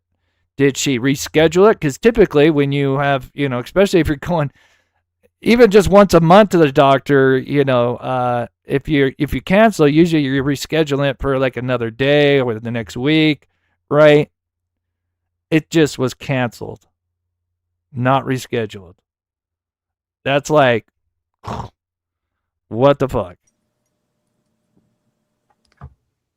And she didn't give them a reason why she canceled it, and therefore I don't know why she canceled it, because she didn't even bother to tell me that she canceled it.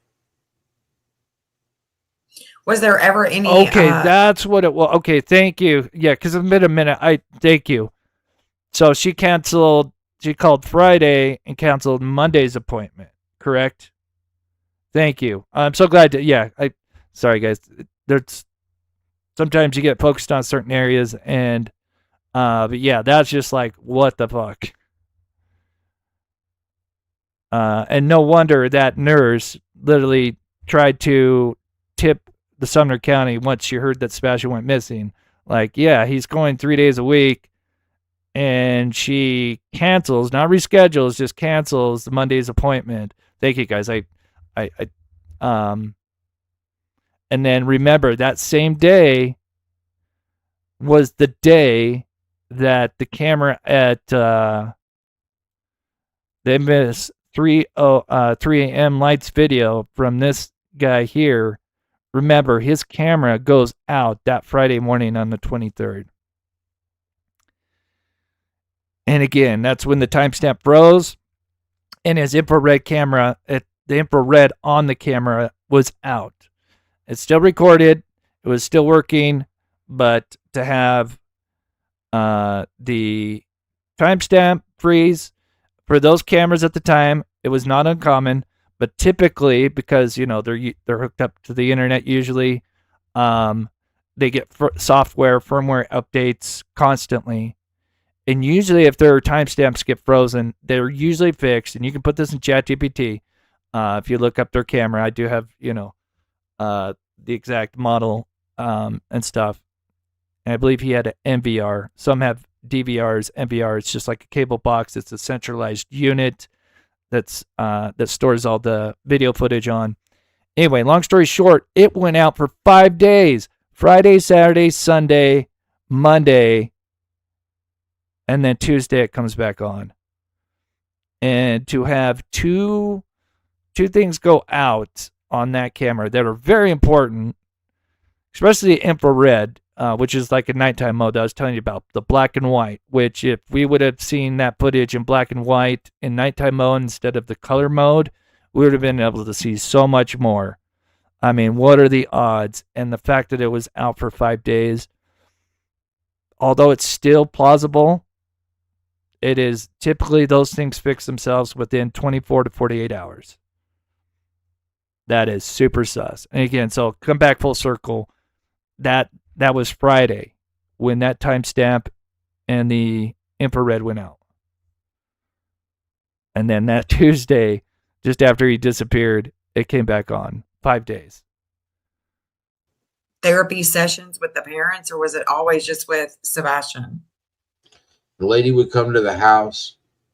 Yeah, I think they literally. I think there was some point during that week. I agree with what people are saying in the chat. I think, yeah, there was some point where they were starting to build a plan to move him. Trying to think of an outcome that's he's still out there somewhere. It's definitely plausible. I think they were formulating a plan because after Chris had that blow up, once he found out he couldn't be at his home 90% of the time because Sebastian couldn't be around Sebastian, and she's got him,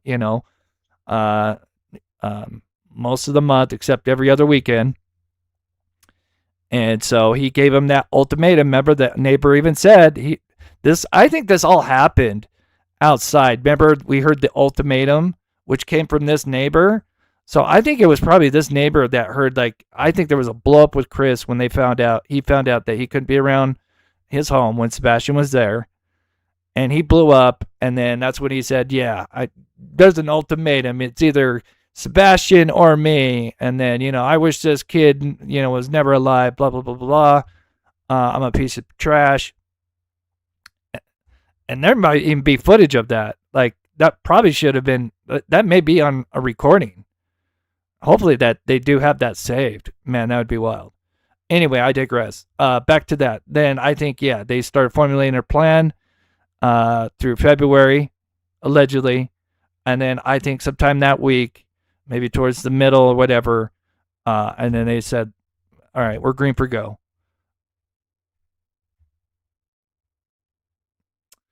Yep. Just worked a lot with of people Sebastian. agree. Yeah. She would speak to me when she came here, or when she was doing it over the phone, because sometimes she did it over the phone with Sebastian. She would speak to me, and my question to her is, are we having improvements? Are you seeing noticeable improvements with him?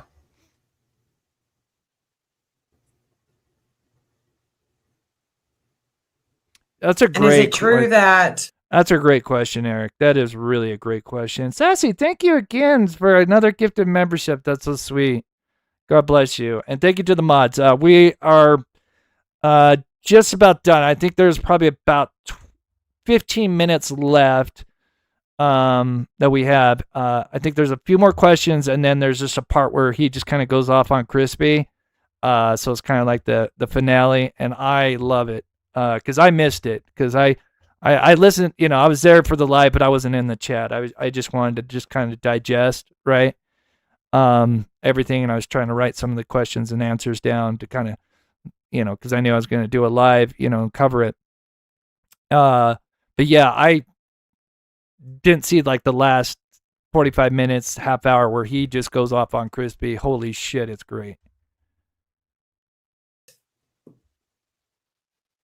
Cajun Navy was threatened, and if so, do you know from whom? Oh, yeah, back to Eric. Yeah, that's a great question. The medication. Yeah, that goes back to they never secured the house. So they probably will never know. If they secured the house, inventoried the medication that was there some that was missing that he would normally have? How much, that's such a great question. And if they did their job right, I mean, we may not have the answer now, but, eventually we'd probably find out. But, yeah. They were threatened. I do know who initially threatened them. There is a what is it? A horse ranch in Sumner County. Those were the initial people that threatened them. Yeah, and I kind of know the area. I don't know.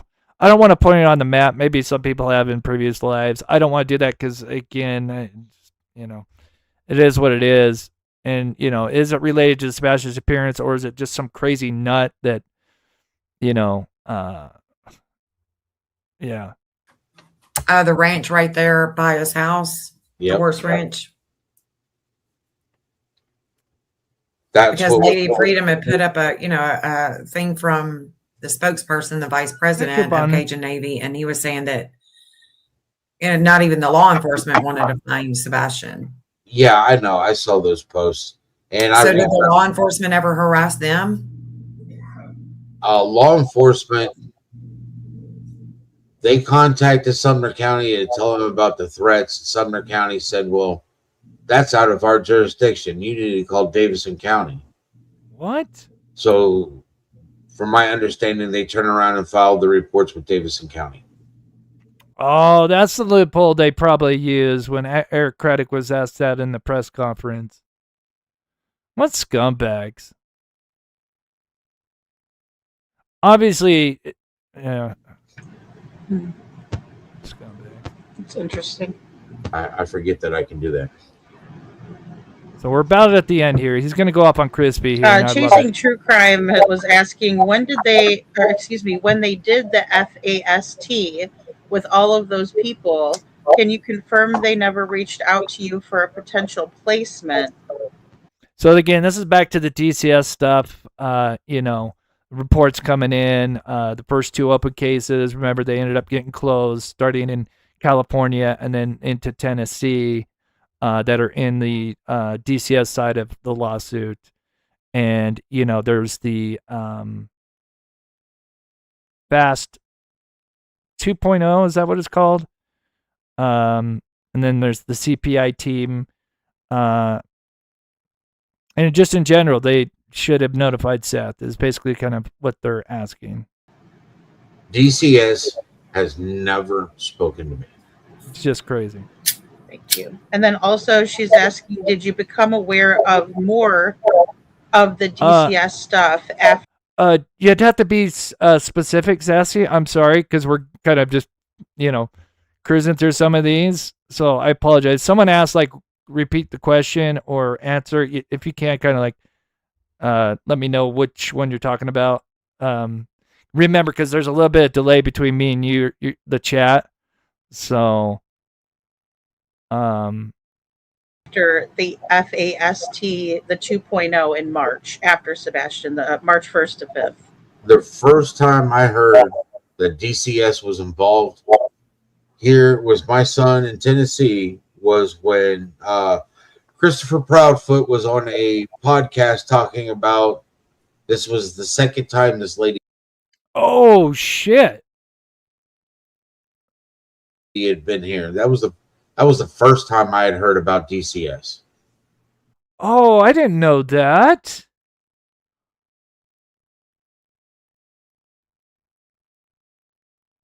What the fuck? So he didn't even know after he disappeared that Sumner County TBI didn't, hey, by the way, that your son's got missing, we're kind of looking through the reports and noticed, a lot of some cases open, against, Crispy, the stepfather, and some terrible things done to Sebastian, etc. And he finds out only when he's talking about it on YouTube. I didn't know that.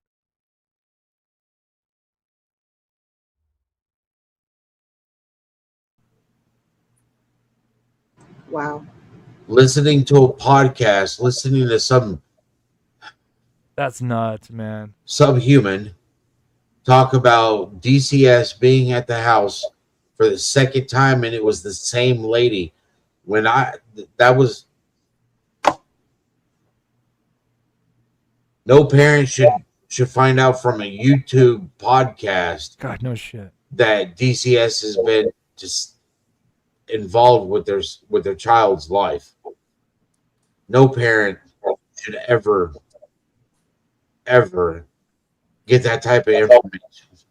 That's fucking nuts, man. This DCS case should just be a slam dunk, because again, not only do you have his case, but you've got 14 and maybe counting, by the time his stuff starts, in November.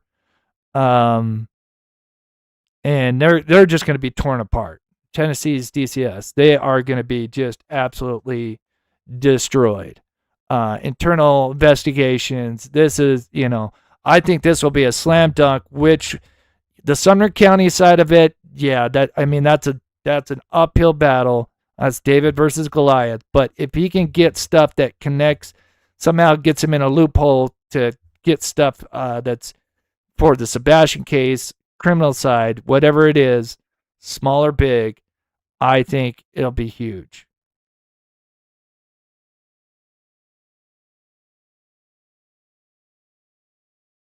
Oh, he thought, Oh, like when you first were interviewing them, Smiley? Is that what you're talking about? I might have missed some context in the chat. Oh, thank you. Oh, it's my pleasure. I mean, this will always be, whenever I get investigate a case, like, for those that have been with me for a long time know, like Aiden Clune case, Dylan Rounds, if I get involved in a case, especially I start getting personal stakes and I have, like, sources that are on the ground, like in the battlefield type, however you want to put it. Yeah, I am involved until it is, like, ended. And yeah. That way. Oh, Yeah, that's no way to find out. I mean, you don't want to find out anything like that, and but that's definitely not a way to find out. Oh, was that on yours, Smiley? Was that your? Because God, I get so many, like, because there were so many. There's Nancy Grace, and I forget all the order, but yeah, you were kind of there at the beginning before Nancy Grace, right? Oh man, it's tough because it's been 2 years. Oh, I get what you're trying to say. Oh, that's crazy. I got to fix my window. I'm going to let this play. We're almost to the end here, mods. Thank you so much, ladies, for sticking it out with me. Again, this is so fascinating. I mean, and there is going to be a little great finale with Seth and Crispy. I love it. Diane was asking, now that these filings have been submitted to the courts, what's next? What's the next step, or what happens next? Excuse me. Well, there's several different things when it comes to federal court. Our next meeting is supposed to be November 12th at 10 p.m. 10 a.m. and 11 a.m. Right. I'm sorry, a.m. Yeah. Court's running late over there. And from my understanding, that is to put all the attorneys on the same page with everything that's going on, and for the judge to respond to anything that is trying to dismiss. And then from there, I think what was told to me was 21 days after that meeting is when they should have everything filed. I missed this. Because this is kind of at the end. This is the last hour, probably even less than that. Because it's a 3-hour live, and we're definitely into the last hour. And even the last hour is really because the last 20, 30 minutes, maybe 20 minutes, or they're just kind of saying goodbye, and he plays a little outro. That's fascinating. So, I mean, November seems like a long time away, but really it's not. I mean, it's going to be just around the corner next thing you know. With these things. And then he says 21 days from that, so that puts it in December. Wow, that is like on his 18th birthday. If someone did the math, I could look that up real quick. Whoa. 21 days, that's 3 weeks. He finds out the other side does their filings. If they're trying to dismiss it and stuff like that. Yeah. That'll literally be around his 18th birthday. Man, what are the odds? What are the odds of that? Maybe that's kind of divine justice coming. Seeker Squad wants to know, can you clarify when you took a polygraph test? Was it just on Nancy Grace, or did you take one from Ellie also? Great question. Is that you, Smiley? Great question. Because, again, Crispy twisted this, and I'm glad someone's going to ask about the other guy that interviewed him. I only took the one from Nancy Grace. I volunteered TBI in Sumner County, and they told me there was no reason for me to take one. Yeah. If they still wanted me to take one, I'd take one. I don't care. Not Chris or Katie. Chris ran like a little chicken. That's why I didn't have a problem volunteering to take the one from Nancy Grace. No, not Crispy. He ran like a little girl. Yeah, glad you did. Glad you did. They don't, you know, they're not too many corporate policies for their company, and their locations are in communities where they don't know what's going on in their community. Been any talk like lately or maybe even ever about ground penetrating radar near the construction site? Like, was that used at all? That was a great question because our community brought that together, not the construction site, but the grave site, because we did have legit, enough evidence to think that there could be something funky with that. So we did, and we did cadaver dogs at the cemetery as well. It would have been a little bit harder to get them to go around the construction site. I mean, we could have maybe done that, but that wasn't the plan. And that's, we had everything all pre-planned out because, we didn't want the other side to know because we didn't want to have any interference. And Seth knew about, everything we're doing. But yeah, as far as the construction site, no. No, the only time that and that's tough. So I've been involved with ground penetrating radar or /ERI, which is kind of the same thing. They scan the ground. They're two different devices. You got GPR, which looks like a lawnmower going over, which is what we used on the grave. And then there's ERI, which is really interesting, which we did in a 40-year-old cold case in Texas, where it's a battery and then it connects to all these extension cords, and they run basically and then rods that go into the ground. And they're used kind of for the same thing, but they can detail. They're used. They each have their strengths, right? Jennifer said she's tired and she's going to sleep. Good night, Jen. All of your names. Jenny Machete says it's sad and frustrating. If Chris was breathing, I'd check to make sure that he's actually breathing. Okay. I think we're getting to the end here. I think maybe one or two more questions, and then he goes off on Crispy, and there's a couple of things that are very fascinating. No, thank you to everybody being here and being amazing in chat. You guys have been so great. Oh, Cooper! Oh no. Better late than never. I could maybe recap a few of the highlights when we get to the end. This is the VR technology about the TBI scanning a crime scene or, something that could be potentially a crime scene. And then when they use the 3D LiDAR scanner, which they did in the backyard of Proudfoots, and then moved their way to the common area. And then they can run the 3AM video or any other surveillance that wherever they scan, they can run that into the data, and then they can literally virtually go into it. They can go through their computer right here, which we're seeing here. This is just a scan. I don't trust that man. And calling him a man is actually a disservice to actual men in the world. Go. So, you haven't heard anything about the dogs hitting over at the dam? No. Okay.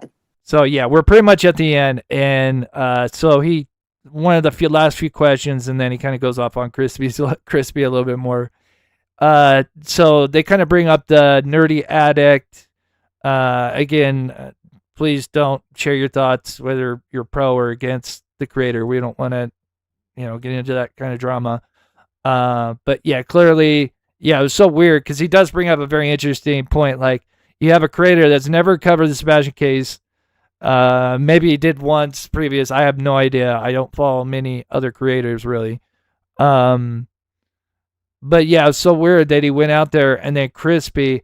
To me, again, nothing against nerdy, but I feel like he's kind of a guy that like trolls people a little bit. Because I mean, I could tell when I went into his chat, when he was first coming back from this, going out there and interviewing Chris and all this, and had all these things that he learned. And like I could see he was like trolling his chat. And so I just kind of got the impression like, God, I almost feel like maybe those two kind of got along much better. And, you know, remember, I think he faked saying that he was at night, allegedly part of at night, when he was like asking people around the dam or something like that. Yeah, so weird. No. And there's the 3D scanner, and that's TBI. I'm pretty sure that's Craddock. But yeah. He wasn't alone when he left to go get his camper. That's interesting. So let me know what you guys think of chat. When he goes to get his camper, is this after he went missing? Because, yeah, I guess the camper would have still been out there. So this would have been after he went missing. That's right, Chris. I know you weren't alone. I know who was in your truck. Now you got to wonder who in your truck actually talked to me. Oh. And I'll tell you, it wasn't your mama. And she was in your truck, too. Uh-oh, Mama Socks. Mama Socks in his truck. So I'm assuming this is after he went missing, and that weekend they go and get the trailer. That's interesting. And no, I don't know where your mother was Sunday. I asked about Monday morning. Now, is that Sunday, the night he allegedly... Wait, Sunday. Yeah, Sunday. Is he talking about the 25th and 26th? Or is he talking about the following weekend? As if anybody knows. I'm thinking he's talking about the 25th and 26th. Because we know there's the alleged sighting of Mama Socks at... oh, gosh. What the hell is that little pop shop called? Shame on me. But yeah, next to the storage shed. I really just advise you, Chris. You know, your best bet is to dig yourself a hole and cover it up with dog shit. Now, isn't the dam as far away? Mr. E is saying the dam's far away and close to the rudder. So I thought it was like 7 miles away from. Yeah, I think it is like 7 miles, and that's like straight line. That's the other thing. I guess depending on how you put it into Google Maps, I guess maybe that wasn't a straight line, but I mean that's far away. That is so nuts to tell. Worshams, thank you, Smileys. Yeah, thank you, sweetheart. But yeah, this is the path. You can see TBI running their 3D scanner. Like it's just no doubt where they were going with this. And they were doing the pacing. For anybody who doesn't know, they take 8 paces or a certain amount of feet, but there's 2 people walking tandem, literally stepping. We just saw the video of them. There's 2 people holding this because they do a scan and then they take 8 paces. I forget how many feet it is that they're trying to, and then they do another scan and then they do another 8 feet. And clearly you can tell where they're going. And of course, 90% of this is where 3AM video's capturing stuff, right? House, and to be barefoot and get all the way over there, and yeah, no, it wouldn't. Don't believe my son. My son would. It's just too. You'd be stepping on shit. Too many cutting things up your that I thing. know about my son, and their stories don't mix. But he told, remember, he told his coworker. Correct me in chat. I know some of you guys got some amazing people that know certain angles better than I do in chat. And I have the recording. I just can't remember where I put it, but it's the call that I think it's from the PI that spoke with his coworker that allegedly, I think was kind of allegedly his boss. But it said like, yeah, it's, I saw Chris that night. And then he says, yeah, well, Chris told me like the cadaver dog hit at the dam, I think, or followed him south or something like that. Correct me in chat. I know I may have got some of that off a little bit, but for the most part, he told people that. Then he told other people that the dogs went over to the construction site. I mean, none of it makes any sense, and that's why we're all like, wait a minute. And there's so much speculation on top of the fact that law enforcement isn't being transparent. They're not coming out and making public statements to allow for people to refer back to their statements. That's what really makes it difficult. And then to confuse the situation, I still don't understand why Chris would go to someone who's never covered Sebastian's case before and tell them that type of information. Yeah. I'm confused about that as well. And then he even had, and I, not to put me, like, think about me, but I think, because, obviously I'm the one that's been going over the 3M video obsessively, but it's only because of Sebastian, trying to find answers. And he literally told Nerdy that he is 300% sure that there was no car, which I can tell you factually that is 100% incorrect. It is in the FBI report because we have a certain statement that was not in the redacted version that you guys saw, but there is a statement because we had somebody that have to be careful that ended up in the command center like the second or third day. And this is when they were going over and they saw that car. And this is where they thought it was a Nissan Maxima, some kind of sedan, didn't have a back license plate. And, but the fact that he said 300%, and if you break that down, 3 a.m., 300, 3 a.m., I think that was a jab at me, personally. I could be wrong, but I think that was him being a snarky piece of shit. But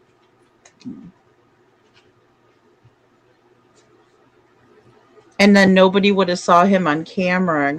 Exactly, Mr. E. Yeah, 7 miles, nobody captures some kid wandering around. I mean, the more he progresses barefoot, he's going to get his feet torn up, right? Especially half the time you're walking in the middle of the night, depending on when allegedly he had left, right? There's just no way. I mean, again, don't do it, but I dare anybody to go walk out, at night and walk around on a street, even a good neighborhood, probably cleans up the roads, but still, you're going to step on rocks, twist your ankle. I mean, that's nuts. Yeah, no one would have. No, I mean, I think people would. Excuse me. I think people would see him on camera, but. And yeah, this is crispy. This was taken earlier this year. Nissan Maxima. It's not the same model we're looking for the 3AM car because it doesn't have the fog lights here. Because whatever sedan, they had fog lights right here. This model is like, I forget, I want to say like 2013 temporary tag. So what the hell is Crispy doing with a new car, or not a new, but new used car that's temp tags? Yet we don't have any evidence of that. Yeah, there's no video proof that Sebastian ever left that neighborhood. Yeah, because of the surrounding area, Smiles, right? Yeah, the woods. And jeez, what people don't, where my mind goes is there's no video evidence he ever left the neighborhood. Then this means there's a possibility that he is still in that neighborhood. I mean, it makes sense. No video evidence of him leaving the neighborhood means he could still be in one of those houses in that neighborhood. But then we go one step further with, what has been told to us, which at this point in time, we got to think everything that comes from the cops is probably tainted too. Yeah. But if there's no evidence he ever left the house, where's the evidence that he was in the house? Bingo. If there was evidence that he was at the house, why didn't Sumner County give me the evidence that he was in the house as proof of life? Chris was so upset that I asked for proof of life. I'm sorry, somebody goes missing is the first thing I asked for. Proof of life. Where was the last place he was seen? Yeah. Texas And Roadhouse. you wonder why you failed your psych test, Chris? You don't even know the first policy. Okay, so this is pretty much the end. So we're pretty much at the end, and I appreciate everybody taking the time out of their Sunday afternoon, evening, wherever you're at, to watch the show. I really, really appreciate you guys, and those that, for those that donated, and Sassy for your memberships. God bless you. I appreciate the support. But yeah, this is, I think, the last probably 10 minutes we have here, and he goes off on Crispy. I love it. When it comes to law enforcement. Thank God that you are not in Albuquerque working on the police department there. Thank God you failed your psych exam. Yeah. Oh, right. I'm sorry. If people don't realize that, Chris told me he failed his psych exam when he attempted to go and be part of the Albuquerque PD, which he also told me. God, could you imagine a person like Crispy being in law enforcement? Holy shit. I guarantee you he would, that power control, power trip. Oh my God. He's got friends on the Albuquerque PD, and just remember that Nino lives in that area. Whoa. So he. Boy, that, the Nina side of things, that's a whole other can of worms, right? I haven't really covered a lot of the Nina stuff, just because other people did. And I think when Nina came out, I think I kind of stepped away, but then of course I came back. But yeah, he has friends in law enforcement that like to do his little dirty work. I know things, Chris. Tell him. And when I speak facts. Unlike, I bring the proof. I bring the proof. I bring the proof, and I'm pervy. There is no in my opinion on this shit. Excuse my language. Just aggravated. Love it. Well, it is very aggravating, especially knowing everything. No, it's just not okay. Yeah, definitely. Yeah, poor Nina. Yeah. Yeah, poor Sebastian, poor Seth. I mean, everybody. Go ahead. No, go ahead. Go ahead, Smiley. Yeah, somebody just shot me another thing and said, Ellie never showed you digital evidence that maybe Sebastian was on his switch after 7 p.m. to 9, or he went to bed or text or called anyone before bed. That's such a great question. Right? Great question, Smiley. I think you said that came from somebody else, but I'm glad you brought that up. That is interesting because, yeah, like Katie completely, we arrive home and then he goes to bed, but there's clearly 2 hours. Like, what did you guys do between those 2 hours? I think that'd be important to hear. Like, what was his demeanor, right? If you, because remember from the beginning, for quite a bit, at the beginning, after he disappeared, their whole mindset was he ran out. I don't know why he ran out. I don't know why he ran out. And I think one of the reasons is that she went that way is because I think she knew that they were going to look at her door lock logs and see that the door opened once. It may have been open for a few minutes, but you could just kind of explain like, oh, well, maybe he was hesitant. Maybe he was trying to find his shoes. Maybe, whatever. But yeah, great question. Nope.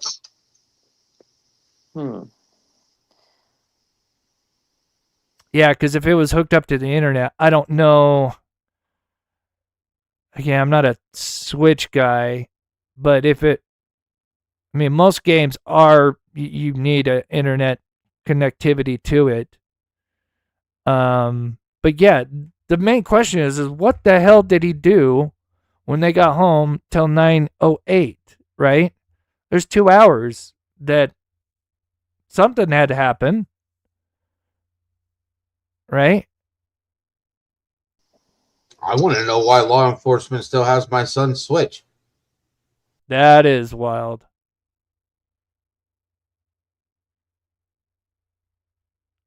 Or maybe something on that then. Man, that's I'm so glad, Smileys, you brought that up.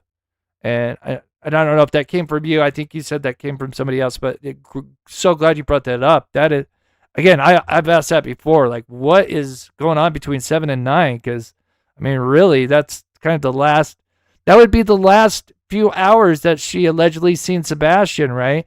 You'd think that'd be kind of ingrained in her. That'd be very vivid, right? Very traumatic for a normal mother if this was, what they claimed it to be, just him running off. Like, but nope, we get home and he gets ready for bed. And then we add in a thud, a couple weeks later. He didn't have a Nintendo account, so he had no access to speak to anybody. And he wasn't at my house when he went missing. But there'd probably be metadata in that thing when it turns on. I'm assuming there's got to be metadata in that when it's being used. There would be. Whether it's connected to the... I mean, it would still have to be connected to the internet. I mean, most devices, game devices, and if anybody has a Switch and knows, and I could be wrong, I'm going to look this up on Google real quick. I'm kind of curious. Does the Switch have to be connected to the internet? Even if you're playing single player game.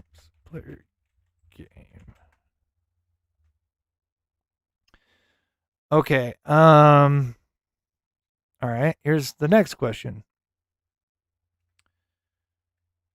Even if the Switch was not connected to the internet, would metadata still show up for when it's turned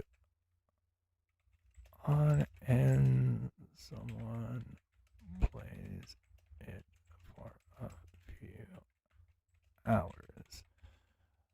Would investigators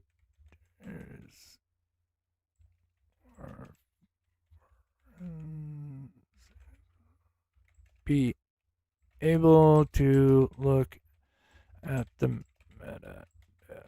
Oh. Okay. Sorry. I want to be very specific. Okay, yes. Nintendo Switch stores the local system logs, play history, and error logs on its internal memory. So, yeah, when it's completely offline. Investigators performed a physical forensic extraction of the console. They can recover timestamps, user activity, and gameplay duration. So, yes.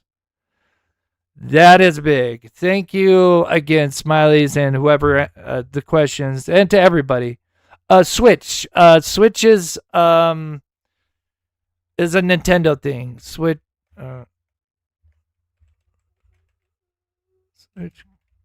game console. It looks like this. They now have a Switch too. You can play it just by the little thing. Has like a little disc and stuff. But you can also hook it up to the TV. These little controllers can actually disconnect, and then you can connect it to a TV. I've never owned one, but I've seen other friends use one. Really cool. And of course, very popular with the kids. They love to play Minecraft and other stuff, but that's what a Switch is. And yeah, that's such a great question. And if they are holding on to the Switch, that would tell you what was the time frame of him using that, if any. Regardless if it was connected to the internet, because it has an internal memory. So, great question. All right, I think we're about done. I think there's like 5 minutes left here. I want to know why law. No, remember Little Red, because his shoes, all of his shoes, he only had 3 pairs of shoes. I think hiking boots, a regular pair of tennis shoes, maybe 2 pairs of tennis shoes and the hiking boots. Correct me if I'm wrong, chat. I know 2 out of the 3. But that's the thing is, yeah, no shoes. I mean, Law enforcement didn't go in and take electronics from their house until I was literally went to go pick up the electronics that they were letting me have back from my house. Wait, that is so strange. Wait. To speak to anybody, and he wasn't at my house when he went missing. I want to know why law enforcement didn't go in and take electronics from their house until I was literally went to go pick up the electronics that they were letting me have back from my house. So yeah, 2 weeks later, they then took Chris and Katie's electronics. That is insane, especially with their background, especially Katie's background. That's nuts. That is just unacceptable. But the fact that they gave his electronics back, except I think they still held on to his PlayStation or something like that. Correct me if I'm wrong. I think there's still something that Seth has mentioned that they took from Seth that belonged to Sebastian. They haven't given back. But the fact that they kept onto that Switch, that is sus.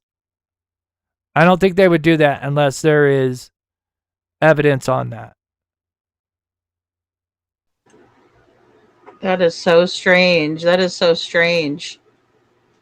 That they it's almost like they treated maybe your Diane. house like Sebastian went missing from your house, because they took several things from your house that you wouldn't expect. I mean, I guess take it from everywhere, but like a lot of people were asking about the cars being searched. Well, I shouldn't say cars. Chris's truck being searched, Katie's SUV being searched, and then Katie's work van being searched. And I don't know if we have clarification on that or I not. don't. I have no clarification because I don't know. I know that they didn't look through mine.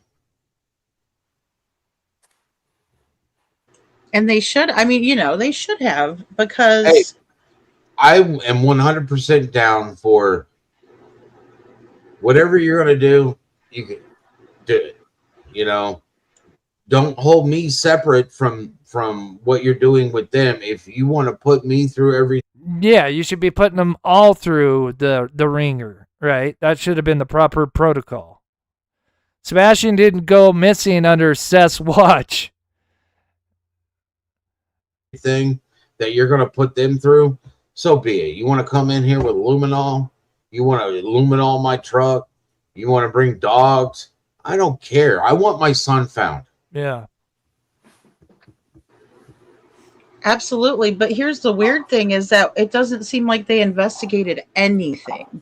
Like if they didn't do it anywhere, Discovery. that's also weird. Discovery. I'm praying for discovery. Man, if he gets a hold of that, Yeah, I think that's valid. It'll be endgame for Sumner County. Endgame. Bo's asking if you saw the clothes from the Texas Roadhouse when you were at their house. All that stuff was on the front porch outside in bags for law enforcement. That's where they had put it, so that they could have the dogs sniff it for scent. That's interesting. I never Jinx, heard that's that. always a possibility. I don't know what I don't know how their mind is working. I do know that when somebody was trying to serve me here for a lawsuit in Montgomery County, that Sumner County tried to get me to meet them at the border so they could give me paperwork, as they said. You could call me up on my phone because somebody is literally suing me civilly in another county, and you want to call me up and have me drive and meet you at the border of your county so you could give me paperwork for where I was being served in my own county. I mean, what kind of BS is that? I mean, the lawsuit had nothing to do with Sumner County. The fact is that, you know, Fernando the Bull from Texas literally was doing whatever Chris wanted done. That's how a person in Texas was able to get Sumner County paperwork for me being served in Montgomery County for a civil lawsuit. Yeah, I don't know that whole thing. Diana, I'm not sure your question. Most of the cameras in the neighborhood, those were taken within 24 to 48 hours. The only thing that took them a while to get would have been the Texas Roadhouse, which is just ludicrous. According to the Texas Roadhouse staff, they never went and collected like their full stuff, which is just bonkers. Yeah. Okay, so I think we're about done. Yeah. That's, again, it's just... You don't want me to come get you, call me so I know that you're safe. Okay, yeah, I think this is it. Now suing the Sumner County Sheriff's. Okay. So, because I know, Coop, you came in. Have you ever searched at the docks? Was that a miss at the socks? Sorry, Coop. Did that come out wrong? Was that autocorrect docks? Maybe? Oh, the sock. Oh, duh. Hello. I'm sorry. I usually when I think, the socks, I think SOX. I'm sorry. Yes, Mama Socks. Yeah, I'm sorry. Took me a minute. Yeah, I don't know. That's too bad no one answered. I mean, of course, hindsight's 2020. You hear all the questions and answers, and there were great questions and answers. A lot of stuff.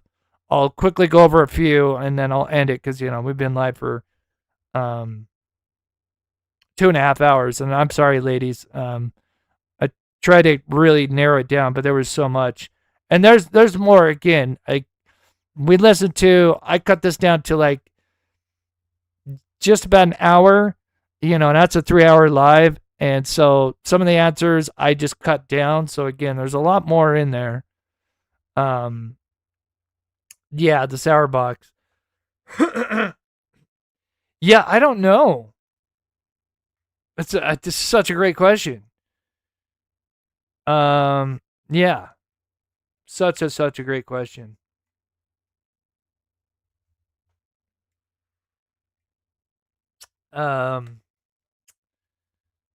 But yeah, I in my opinion, yeah, because especially I think Crispy would have probably been staying there, when he wasn't out with the camper, I'm sure he went to Mama Socks quite a bit. So yeah, it's a great question. Double bear would do.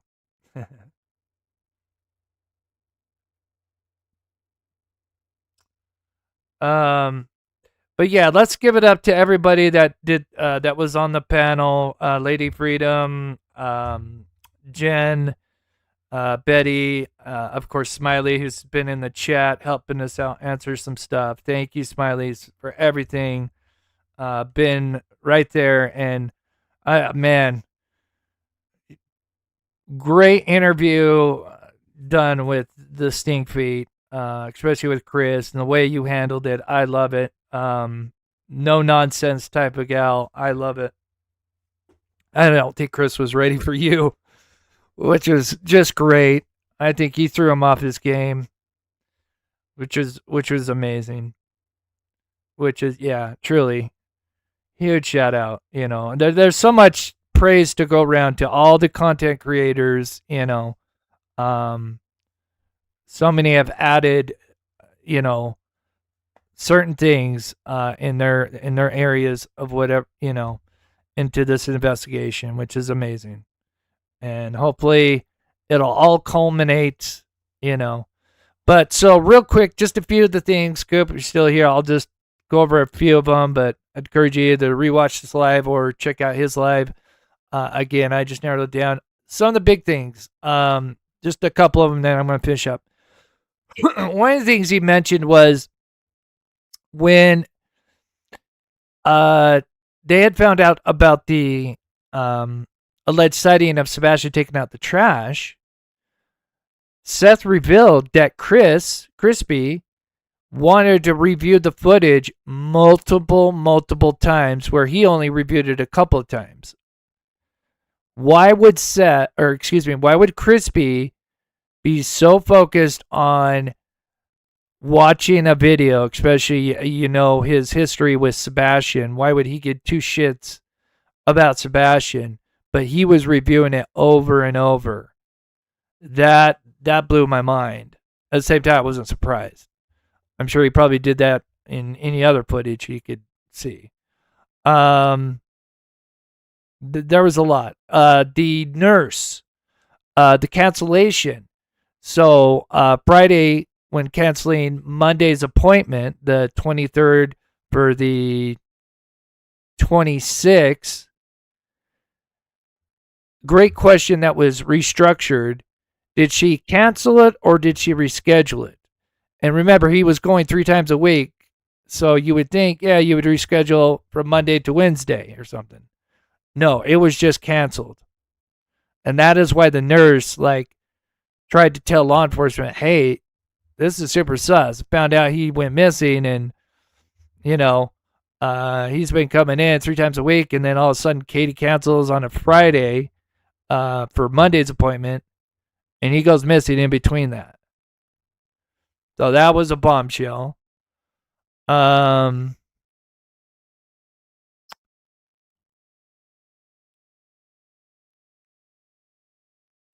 there's a couple. I mean, there's tons.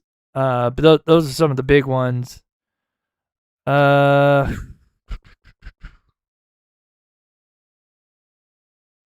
I mean, there's a lot in there. There's one more I'm thinking of. That kind of made my jaw drop. Those are some of the two big ones. But yeah, there's a lot in there. But yeah, if you can, definitely check it out. Yeah, of course. As always, this case is Sebastian Rogers case, aka the infinite red flags that just continue to multiply throughout this case. Canceled, yeah.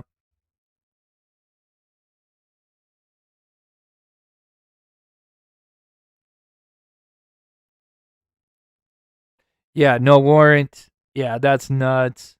Thank you, Michelle. Thank you to everybody again.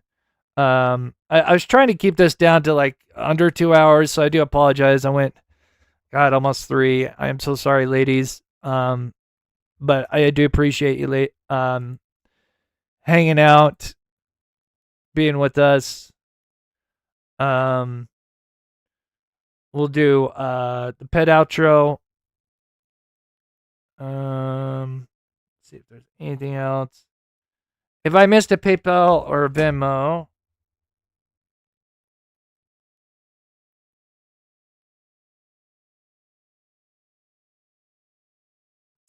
I'll get you in the. I'll shout you guys out in the next live. But thank you to everybody, so much.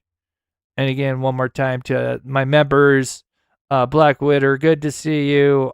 Peggy, Sassy, thank you so much for the memberships. Groovy Gal, thank you so much for the $10 super chat. Thank you guys for the jewels. Again, really, really helps. Because you guys know I want to keep covering the case, although I'll be switching around, but I'll still keep coming back. And again, shout out to Seth and everybody on panel. Again, that was such a great thing you guys did. It's so funny because, again, I'm kind of suggested doing something like that shortly after his live before that. And, oh, that's awesome. All right, guys, I'm going to do a pet outro. For any of the members, if you're new, we can build a new pet outro. You can send me, this is just for the members. But if you want to send me pet pictures, just for the members again, let me know and I'll add them in. Takes a minute, but we love to show our pets. Our pets are our babies. I appreciate that, Smiles. I really, really do. We all have our gifts, right? We all have our strengths, our weaknesses, and, I believe my strengths are in video and audio. And yeah.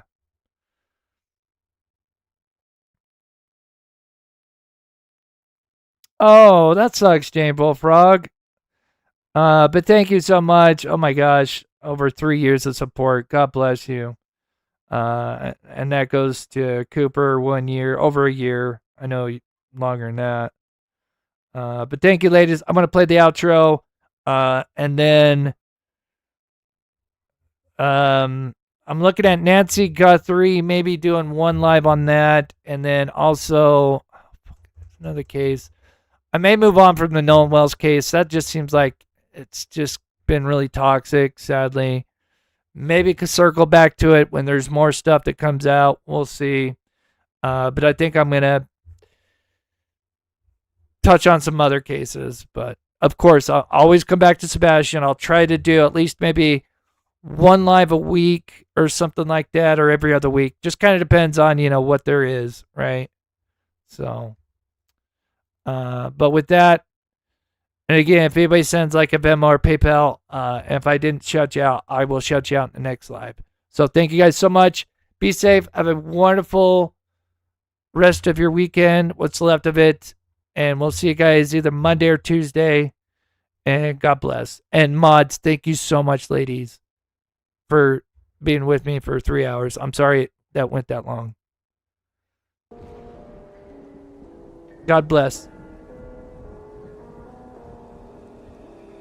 Justice is coming.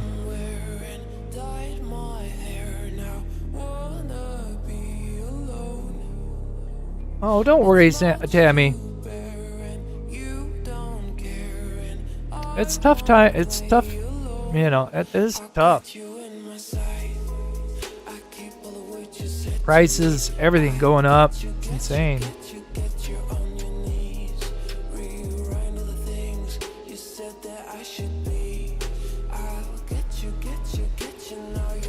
From what I understand, it was Dog's team that got it. Thanks to Silver's on the scene, from what I understand.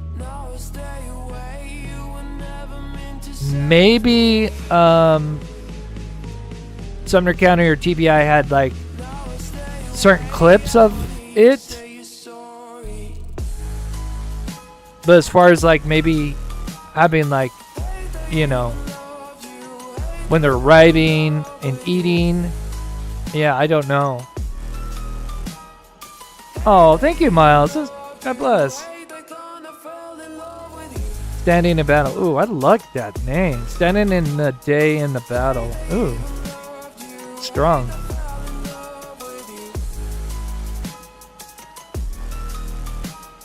Mean for Memphis. Me.